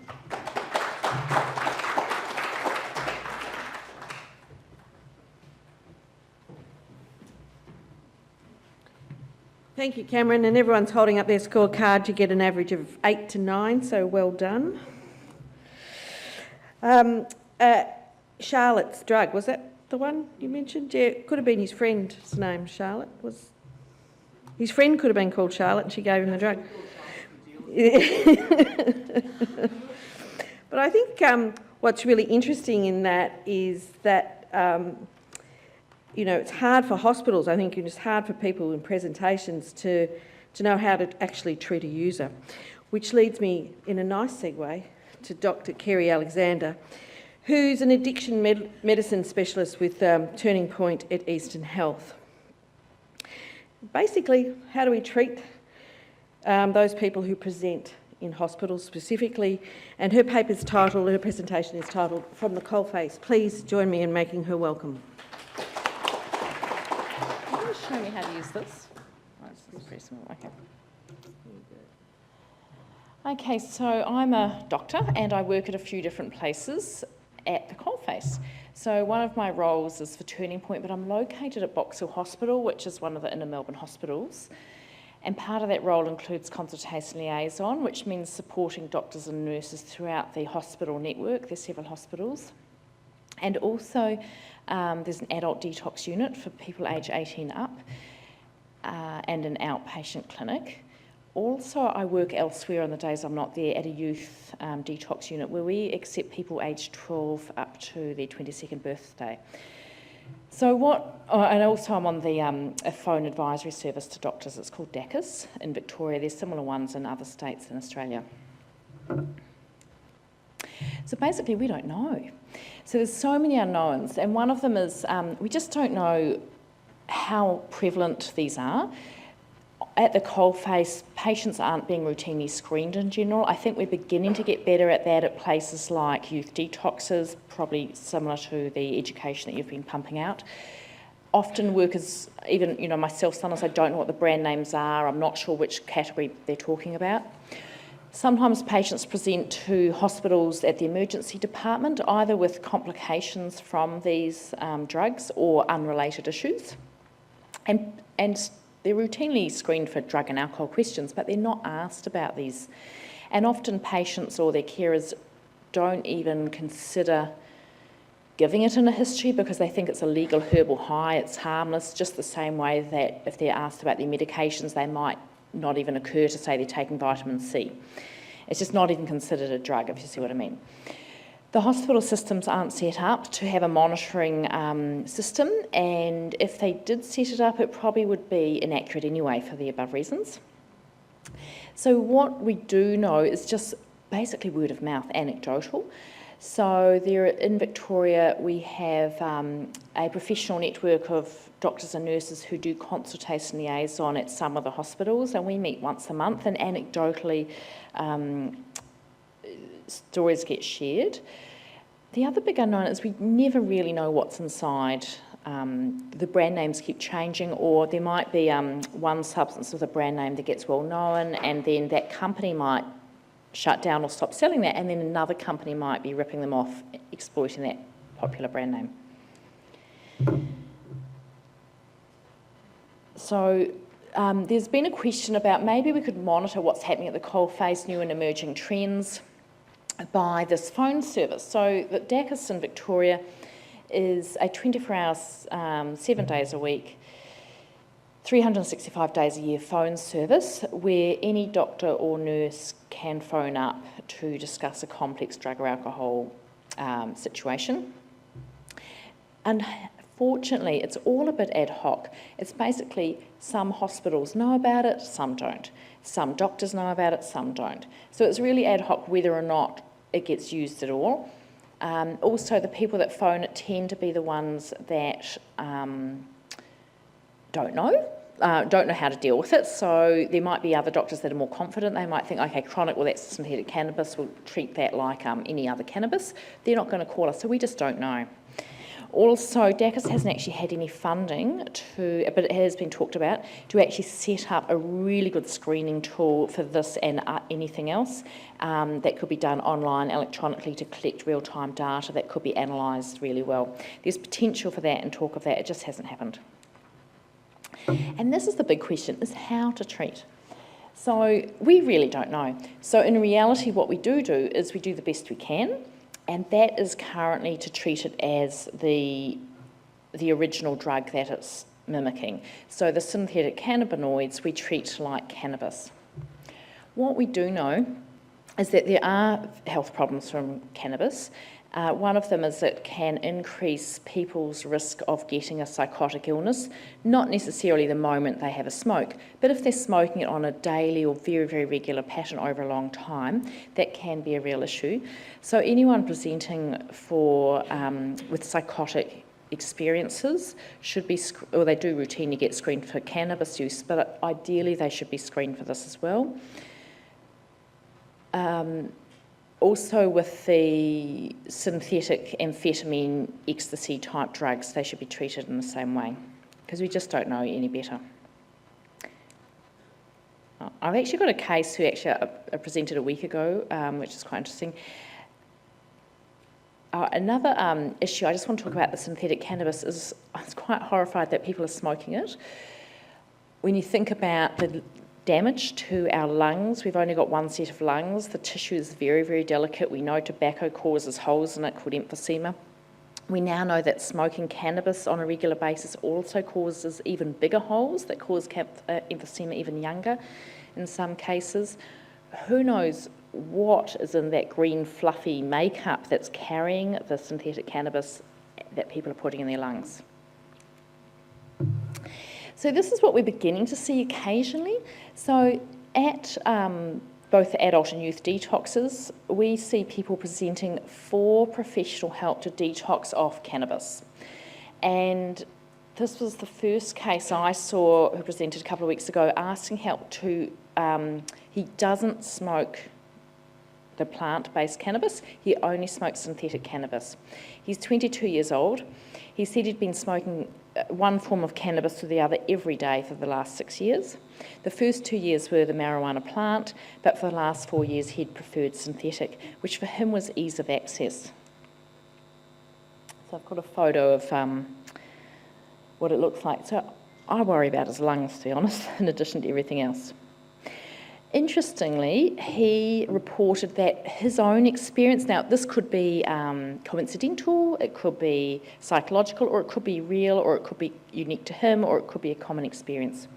But he was saying each time he'd find a particular product, he'd stick with it, and then his experience was that he had an escalating tolerance and his dose would go up, it would get more expensive, so he would then switch to a different brand with a slightly different formulation, and he could reduce his costs that way because he'd need a lower dose, and then once again over months it would build up, his requirements would build up and he'd keep switching.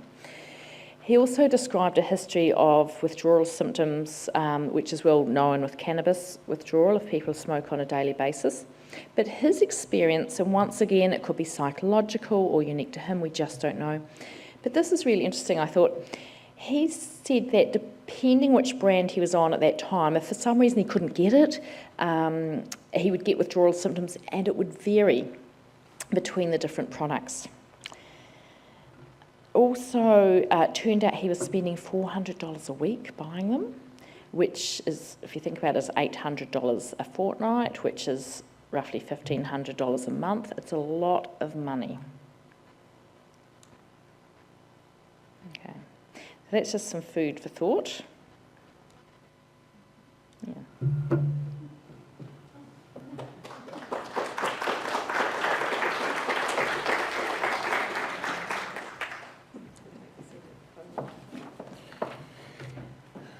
A lot of food for thought, and I think today has been extremely about, I've been sitting here, come through, go through, it's okay, no one's filming me, so it's okay. As people are making their way to the podium, so thank you very much. Yeah, a huge amount of food for thought. I've been sitting here thinking, how do you sum all this up? Because I keep thinking, well, where do we start? More than this is not the finish. This is the beginning. So we have our speakers on the stage here in front of us at a table, and they have some microphones which they get to share, and we have some questions that people may want to ask the audience. Yes, we have a question in the middle row, and then we have some from the webinar, please. Thank you. My name is Grant Hall from the Star Trust.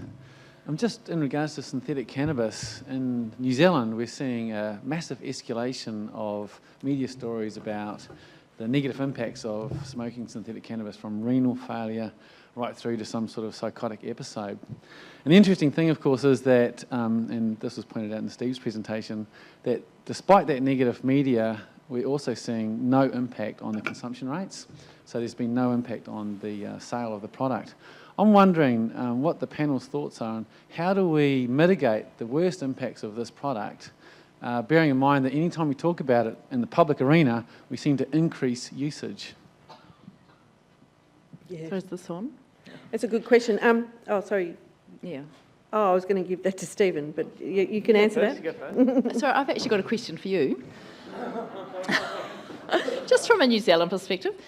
Well, do you have any, and this is actually a question for the panel as well, I've just been wondering, would decriminalisation of cannabis in Australia or New Zealand, having some regulatory bodies put in place, potentially that could reduce the risk?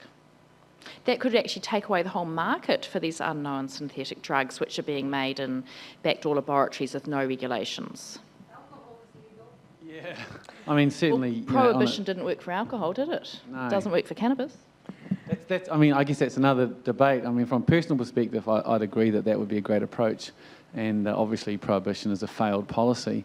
But the reality today is that we're dealing with a marketplace where these legal highs potentially are more harmful than a natural cannabis product. So with that in mind, what would the panel say was the best approach to mitigate these harms, bearing in mind the current reality of the situation? Thank you for the question. So how do we mitigate that? Stephen, would you like to take the first one? I think the important clause you have at the end is realistically, how do we do this? Because in an ideal world, I think, as Kerry was indicating, it's the issue of prohibition that's actually led to the demand for the products in the first place. People are demanding to get high, to receive pleasure, alter states of consciousness. People want to use drugs, and they would preferably prefer to use drugs that are legal. That people generally don't want to break the law to be able to alter their consciousness. And so the demand for these new and emerging drug products is feeding into that. So it's essentially prohibition that's led to the situation we have in the first place. And so I said that the only solution to that is by addressing the problem with prohibition. I agree that if there was a regulated market for cannabis, then there would be very little demand for synthetic cannabis products. And in addition to that, you have to consider other reasons why people are using. So in Queensland and Western Australia, one of the big reasons people are using is to avoid drug tests. Most of the drug testing that occurs in the mining industry involves urine testing, and that means that cannabis stays in the system and can be detected for a long period of time. If there was a move towards saliva testing, which only tests for, is set up to test for intoxication, so it only reads positive for sort of 6 or 8 hours, then that would further reduce demand. And if there was a situation where cannabis was regulated, then systems like that would have to be set up, because urine testing would no longer be appropriate, because how would you be able to determine whether the person is intoxicated from cannabis or whether they used it 3 weeks ago, which is no longer relevant to their job because they're not using an illegal product. In terms of the reality of the situation, I'd like to pass it to you, Cam, because I think that's kind of what you're doing is you might be informing AOD workers, but then how do you talk to the public about this? I think I don't have an answer. I think that's why I passed it to you. I think while the demand exists, we've looked at, there's years and years now of drug prevention research. Most of it, particularly for the illicit drugs, is a pretty marginal effect, if any effect. I think where most effects we've had in a substance use arena have been areas where we've got regulations to control access, e.g. taxation, outlet density, availability, that kind of thing. So I think if we look at that history of that research, I think that answers some of it, that the demand remains, and so therefore people will still listen to media articles, see people die, and jump on Google to purchase the drug, while that is the case. Okay, we have any other questions? We have some from our webinar participants. Hi, I've got a few here that are around withdrawal. So I'm going to try and group them together here. There's a few questions asking about whether the withdrawal experience for synthetic cannabis is similar to plant-based cannabis. And also, what about other emerging drugs and withdrawal symptoms?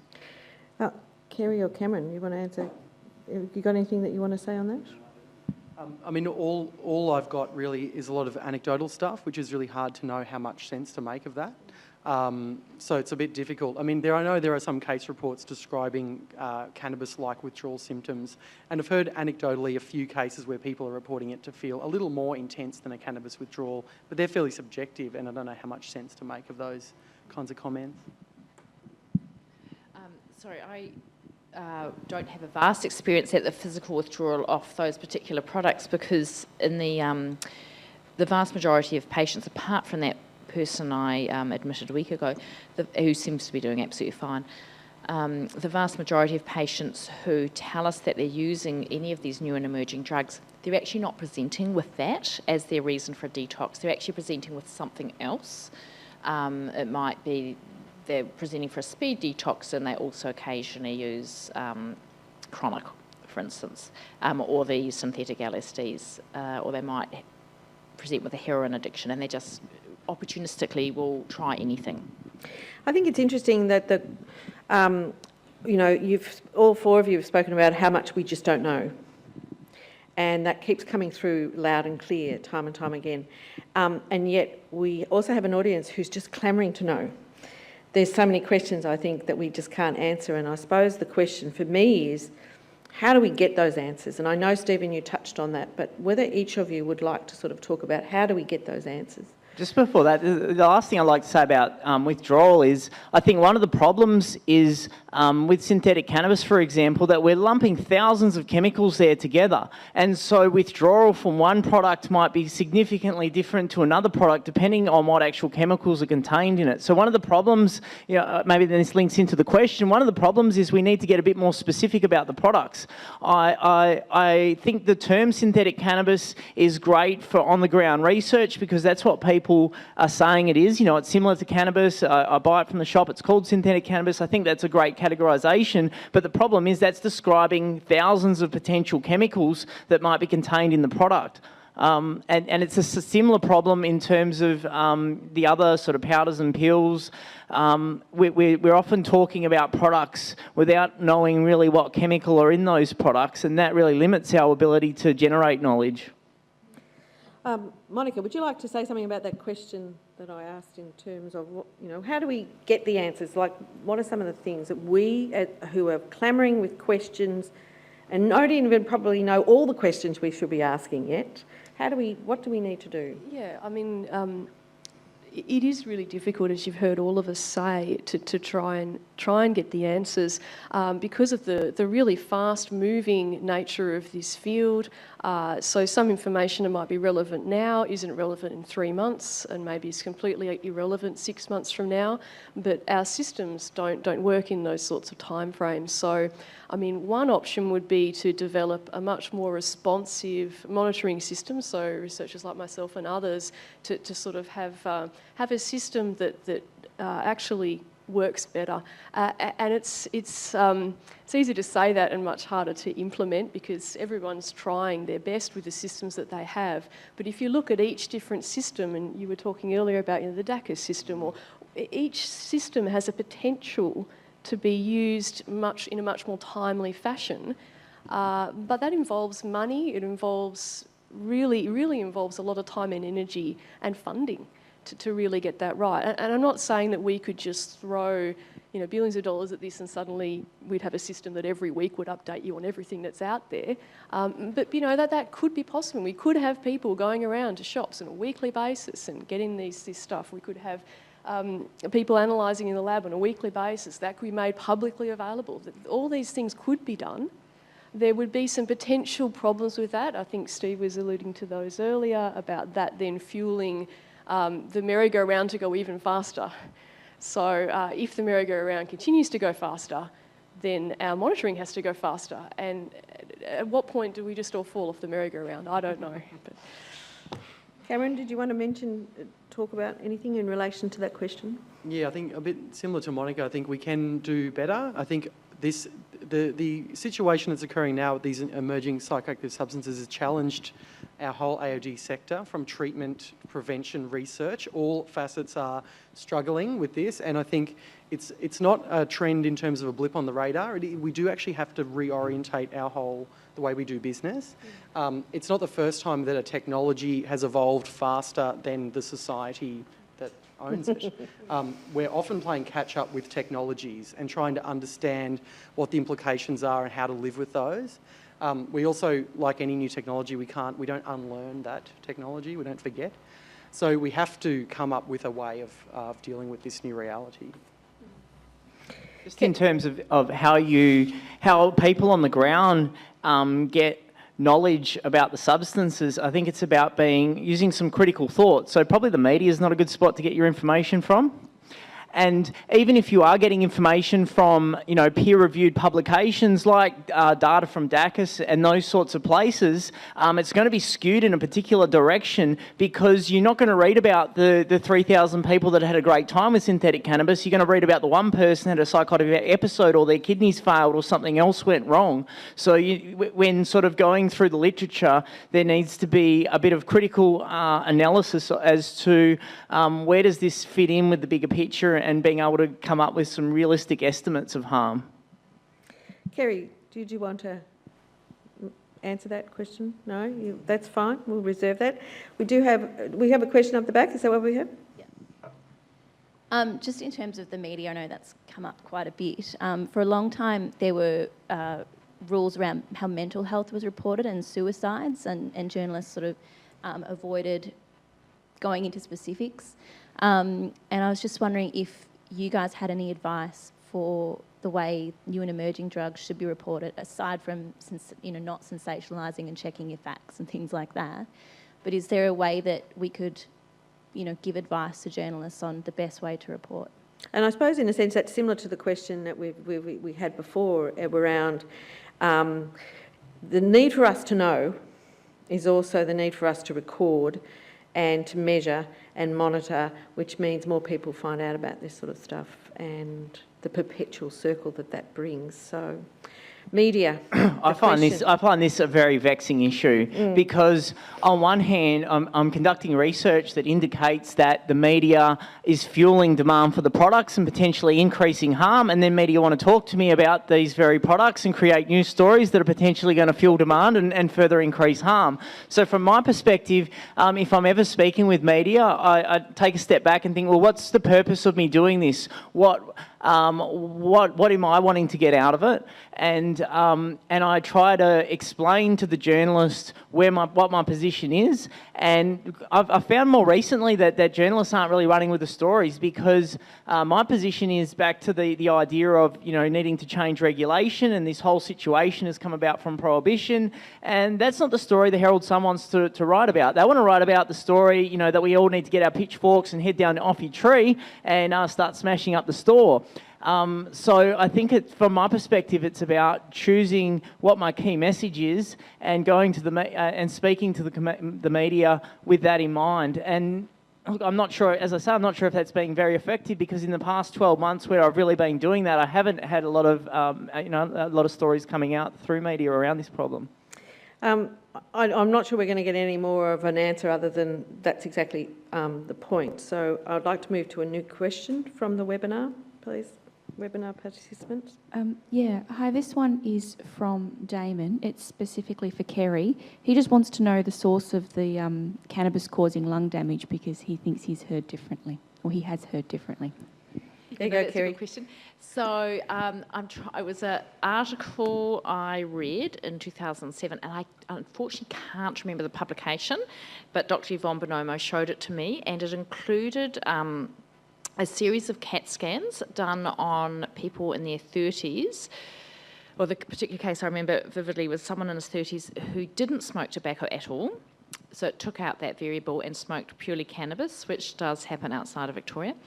And had been smoking every day for at least 5 years, and they'd ruled out other causes of emphysema.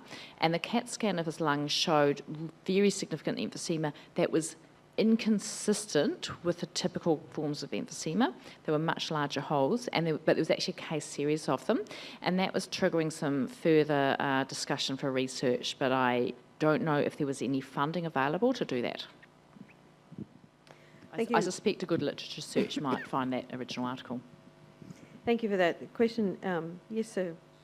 Yeah, girls, this is probably a question for the panel, but I was wondering if you see education playing a role specifically in the area of new and emerging drugs, or whether you think it's still, education fits more into the broader context of drugs, I suppose, in general, and the concept of that sort of mind-altering state. When you talk about education, do you specifically mean formal or in any form? So, for example, running education programs with young people in a face-to-face sort of context. Cameron? Yeah, I think we need to, I think we have to be really clear with that school drug education, what it's trying to achieve, and separate out what's attempting to prevent substance use with what's about education around, because some knowledge can be really useful at reducing harm, but not necessarily changing behaviour, which is what the prevention stuff tries to do. So I think that at some point drug education has to grapple with the fact that young people's substance using resumes are changing. The world has changed in which young people can access substances. I think that it has to be dealt with somehow in that context. That's really, really tricky to do, because there's a point at which there'll be mass saturation of, and we may already be there, that we don't have any further risk in educating kids in new tricks they didn't already know about. Which is one of the issues with inhalant education, is actually really similar with at what point do we do education around inhalant use in schools. We don't want to do it amongst young people who are not at risk of using inhalants, basically, because we don't want to teach them new tricks. And the flip side is also that one of the dangers of that school education is that we know young people are more likely to take drugs when they believe everyone's doing it. And so mass campaigns in either media or in a school can actually increase the perceptions about how many people think are using drugs, which we know from the cannabis prevention work in the US is the ads on TV increase pot use. Heaps of those school campaigns against illicit drugs have increased drug use by increasing the perceptions of how many use. So I think we have to be really, really careful about how we do it. And I think we'd be very slow about how we do that. And we want to have some good research to actually understand how it is young people receive those messages and what they actually do with them. Because what we project out and what they hear are too often very different things. And so we've got to understand that a bit better. Does anyone else from the panel? Monica, would you like to make? It's just something that I sort of thought about when Cameron was speaking there is is in education, if it's secondary or if it's going to young people face to face. There's also some key maxims or ideas about harm reduction and about caring for yourself and caring for your friends that are completely not related to the substance itself.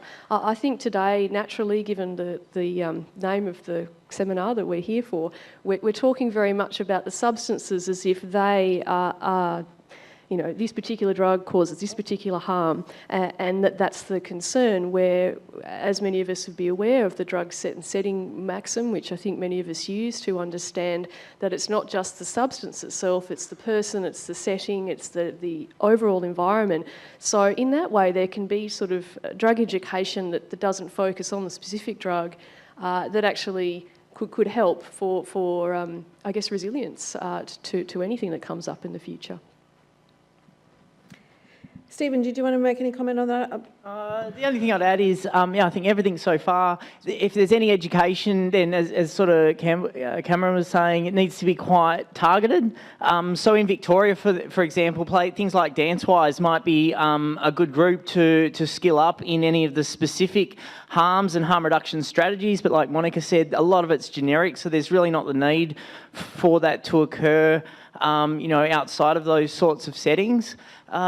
And I think, in terms of education more generally, going back to that generic stuff, is one of the problems, and I think Cameron's already addressed this quite well, is that in education there's often this focus on the harm, and if we focus on the harm and don't have a focus on the pleasure, then it limits our ability to be able to talk about things like moderation. I think more generally one of the problems with regard to recreational drug use is people are overdoing it too much, and in our current education, something we don't talk about is moderation. If you're going to use ice, well, maybe just use it on Friday night. Don't go Friday, Saturday, Sunday, Monday, Tuesday and wonder why you're starting to feel a bit psychotic on Wednesday. But our current drug messages, our current drug education doesn't talk about moderation, and I think that's what's really a key ingredient that's missing. Okay. We have another question from the webinar. Hi, this one's from David. He's just wondering if any of you would like to make an estimate of the annual revenue produced by the sale of new and emerging drugs. Well, we can answer that to a certain extent, but Monica, go ahead. Well, I just read in our, Prevention in Action that we've just published, Fiona Patton put it at 600 million. Is it million or billion? Million, wasn't it? 600 million per annum in Australia. I'm not sure how she got that figure. I assume it's from her industry sources. But then you have to think, well, there's that, and then there's obviously the Silk Road phenomenon wouldn't be included in that. There's a lot of tobacconists are not included in that. Yeah. So that might just be the legal high stores, not the tobacconists, not some of the online. So, yeah, I guess it's probably a big question mark. So the 600 million comes from the adult stores. So yes, across Australia. So we were quite amazed. So this is business. This is profit making for them. Now I don't know whether that is pure profit or whatever that else is. Do you have another question? I might better answer that for you actually, because we have a new regulation coming into, hopefully into effect in August in New Zealand, the new Psychoactive Substances Bill. So the government have done some research into the size of the market, and they estimated that the retail market in New Zealand was 25 to 35 million New Zealand dollars per annum. So I guess you could put a multiplier on that and give you an idea of what the market would be in Australia. Certainly the market is large, and what that does tell us, obviously, is that there's a lot of demand for these kinds of substances. And then, of course, that helps us to understand what the effects are and the fact that the negative impacts are actually quite small as a percentage of the consumption use. So most consumers of these products are actually being responsible. Some of them aren't, and that's why we're here today, I guess. Yeah, I think that's an interesting point, because sometimes, it's sort of like other drugs. We get a number of people at the Australian Drug Foundation who contact us say, look, we have moderate use. I don't behave like this. I could go for a month without using something, and then when I use it, it's all purely recreational. So it is the extremes we talk about, isn't it? Always. It's quite interesting. Another question. Can I just make a brief comment on that responsible, not responsible dichotomy that you've just used there? I find that really problematic, because there are people who have taken all the right steps, done everything responsibly, and have still come into trouble with these drugs. So I think it's just important that, yes, there is responsibility. We should think about that, and certainly there are people out there that are doing the wrong thing and perhaps are causing their own overdose by, just being really silly. But there are also people that are doing exactly the right thing. They're looking at a packet, they're taking it as directed, and it's causing them problems. So I think we just have to be careful about the way that we might blame the individual, the environment, the industry. We've all got to take responsibility for what's going on here. You can have a very responsible individual who, after drinking X amount of alcohol, may not behave in such a responsible fashion. Okay, Cindy, another one. There's been a bit of discussion to date about young people, but Carolyn would like to know about the influence on workplace health, not specifically a youth audience, just a more broad audience.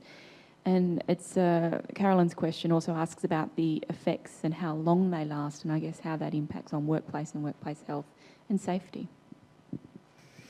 Ooh, who will I throw that one to? Kerry. Look, that's actually a brilliant question, and I don't know the answer. However, what we do know is that with the, I suppose, generic, for want of a better term, impact of drug and alcohol use on the workforce in Australia is massive. That's known. The costs have been calculated elsewhere. I can't remember them off the top of my head, but it costs millions of dollars to Australia in loss of productivity, sick leave, presenteeism, where people are physically present but they're actually not doing their job, reduced profits, and accidents, preventable accidents, and so on. So we know that with other substances that's massive, and I would guesstimate it would be comparable, but I really think that that's another big unknown.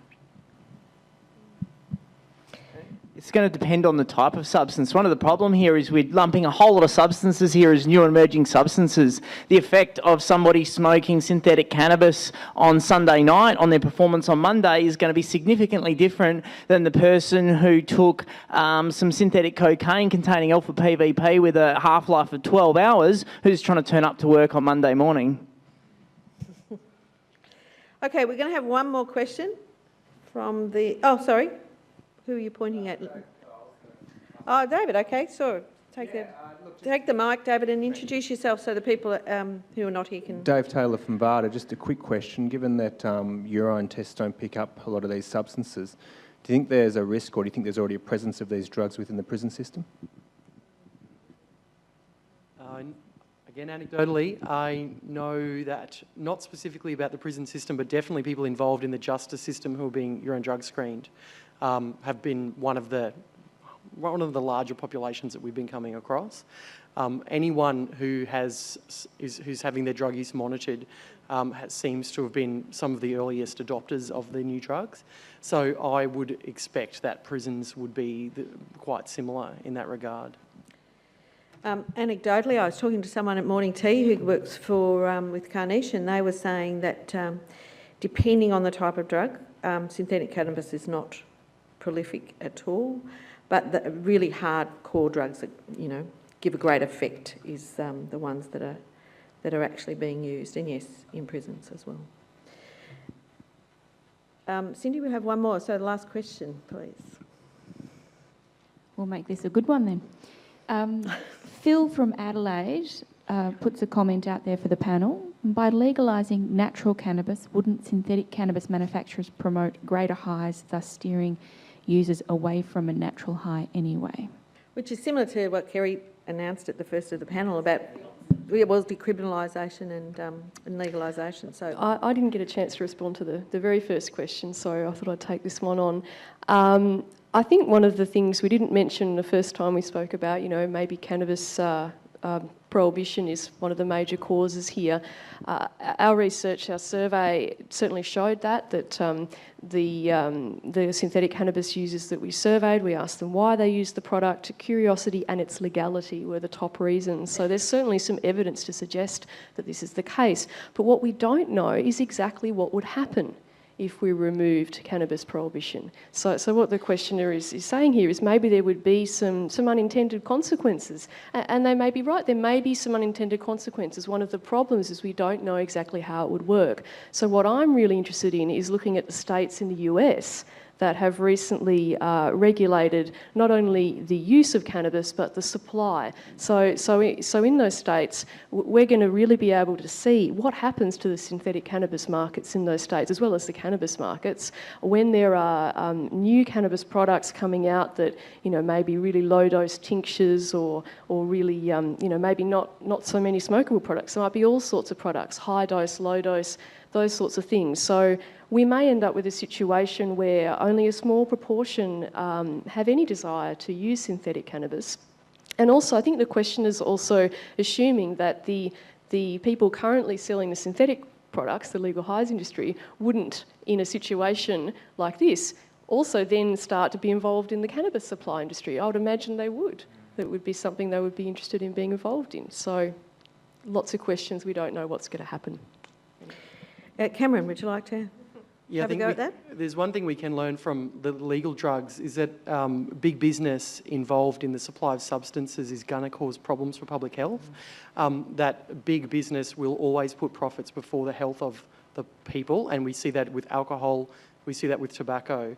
So I think were there to be synthetic cannabinoids, a market evolve around that, I don't think that that's an industry that you'd want to allow to just flourish, because I think substances are not your average commodity and they probably shouldn't be treated like just any other commodity. I think it's interesting. If we knew what we know now when tobacco first came out, what would we be doing? And that's a question I always think about, because it's the knowledge that gets us to where we are in terms of harms, isn't it? So, Stephen, would you like to say anything final on any topic you'd like to talk about? Just on what you were saying, just adding to that, the tobacco, I think if we knew what we knew today, well, it would depend how tobacco came about in the first place. If we look how tobacco was used traditionally, it probably wasn't causing a whole lot of problems.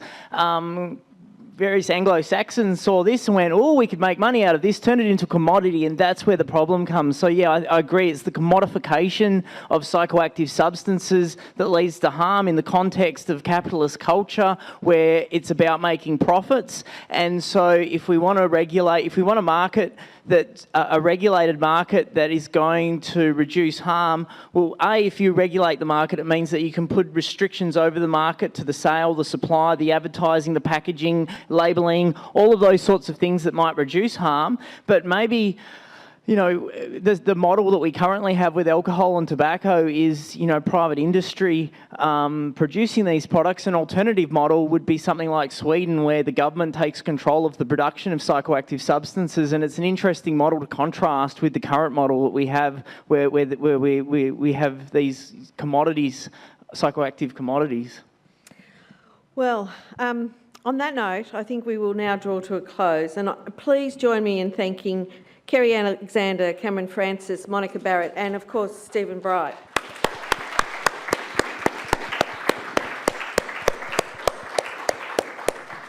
I think today is just the beginning of the conversation, and there'll be many more to have. And one of the key things that I've heard throughout today, and also in working with Stephen in the development of the paper, is the little that we know and how we need to keep finding out more.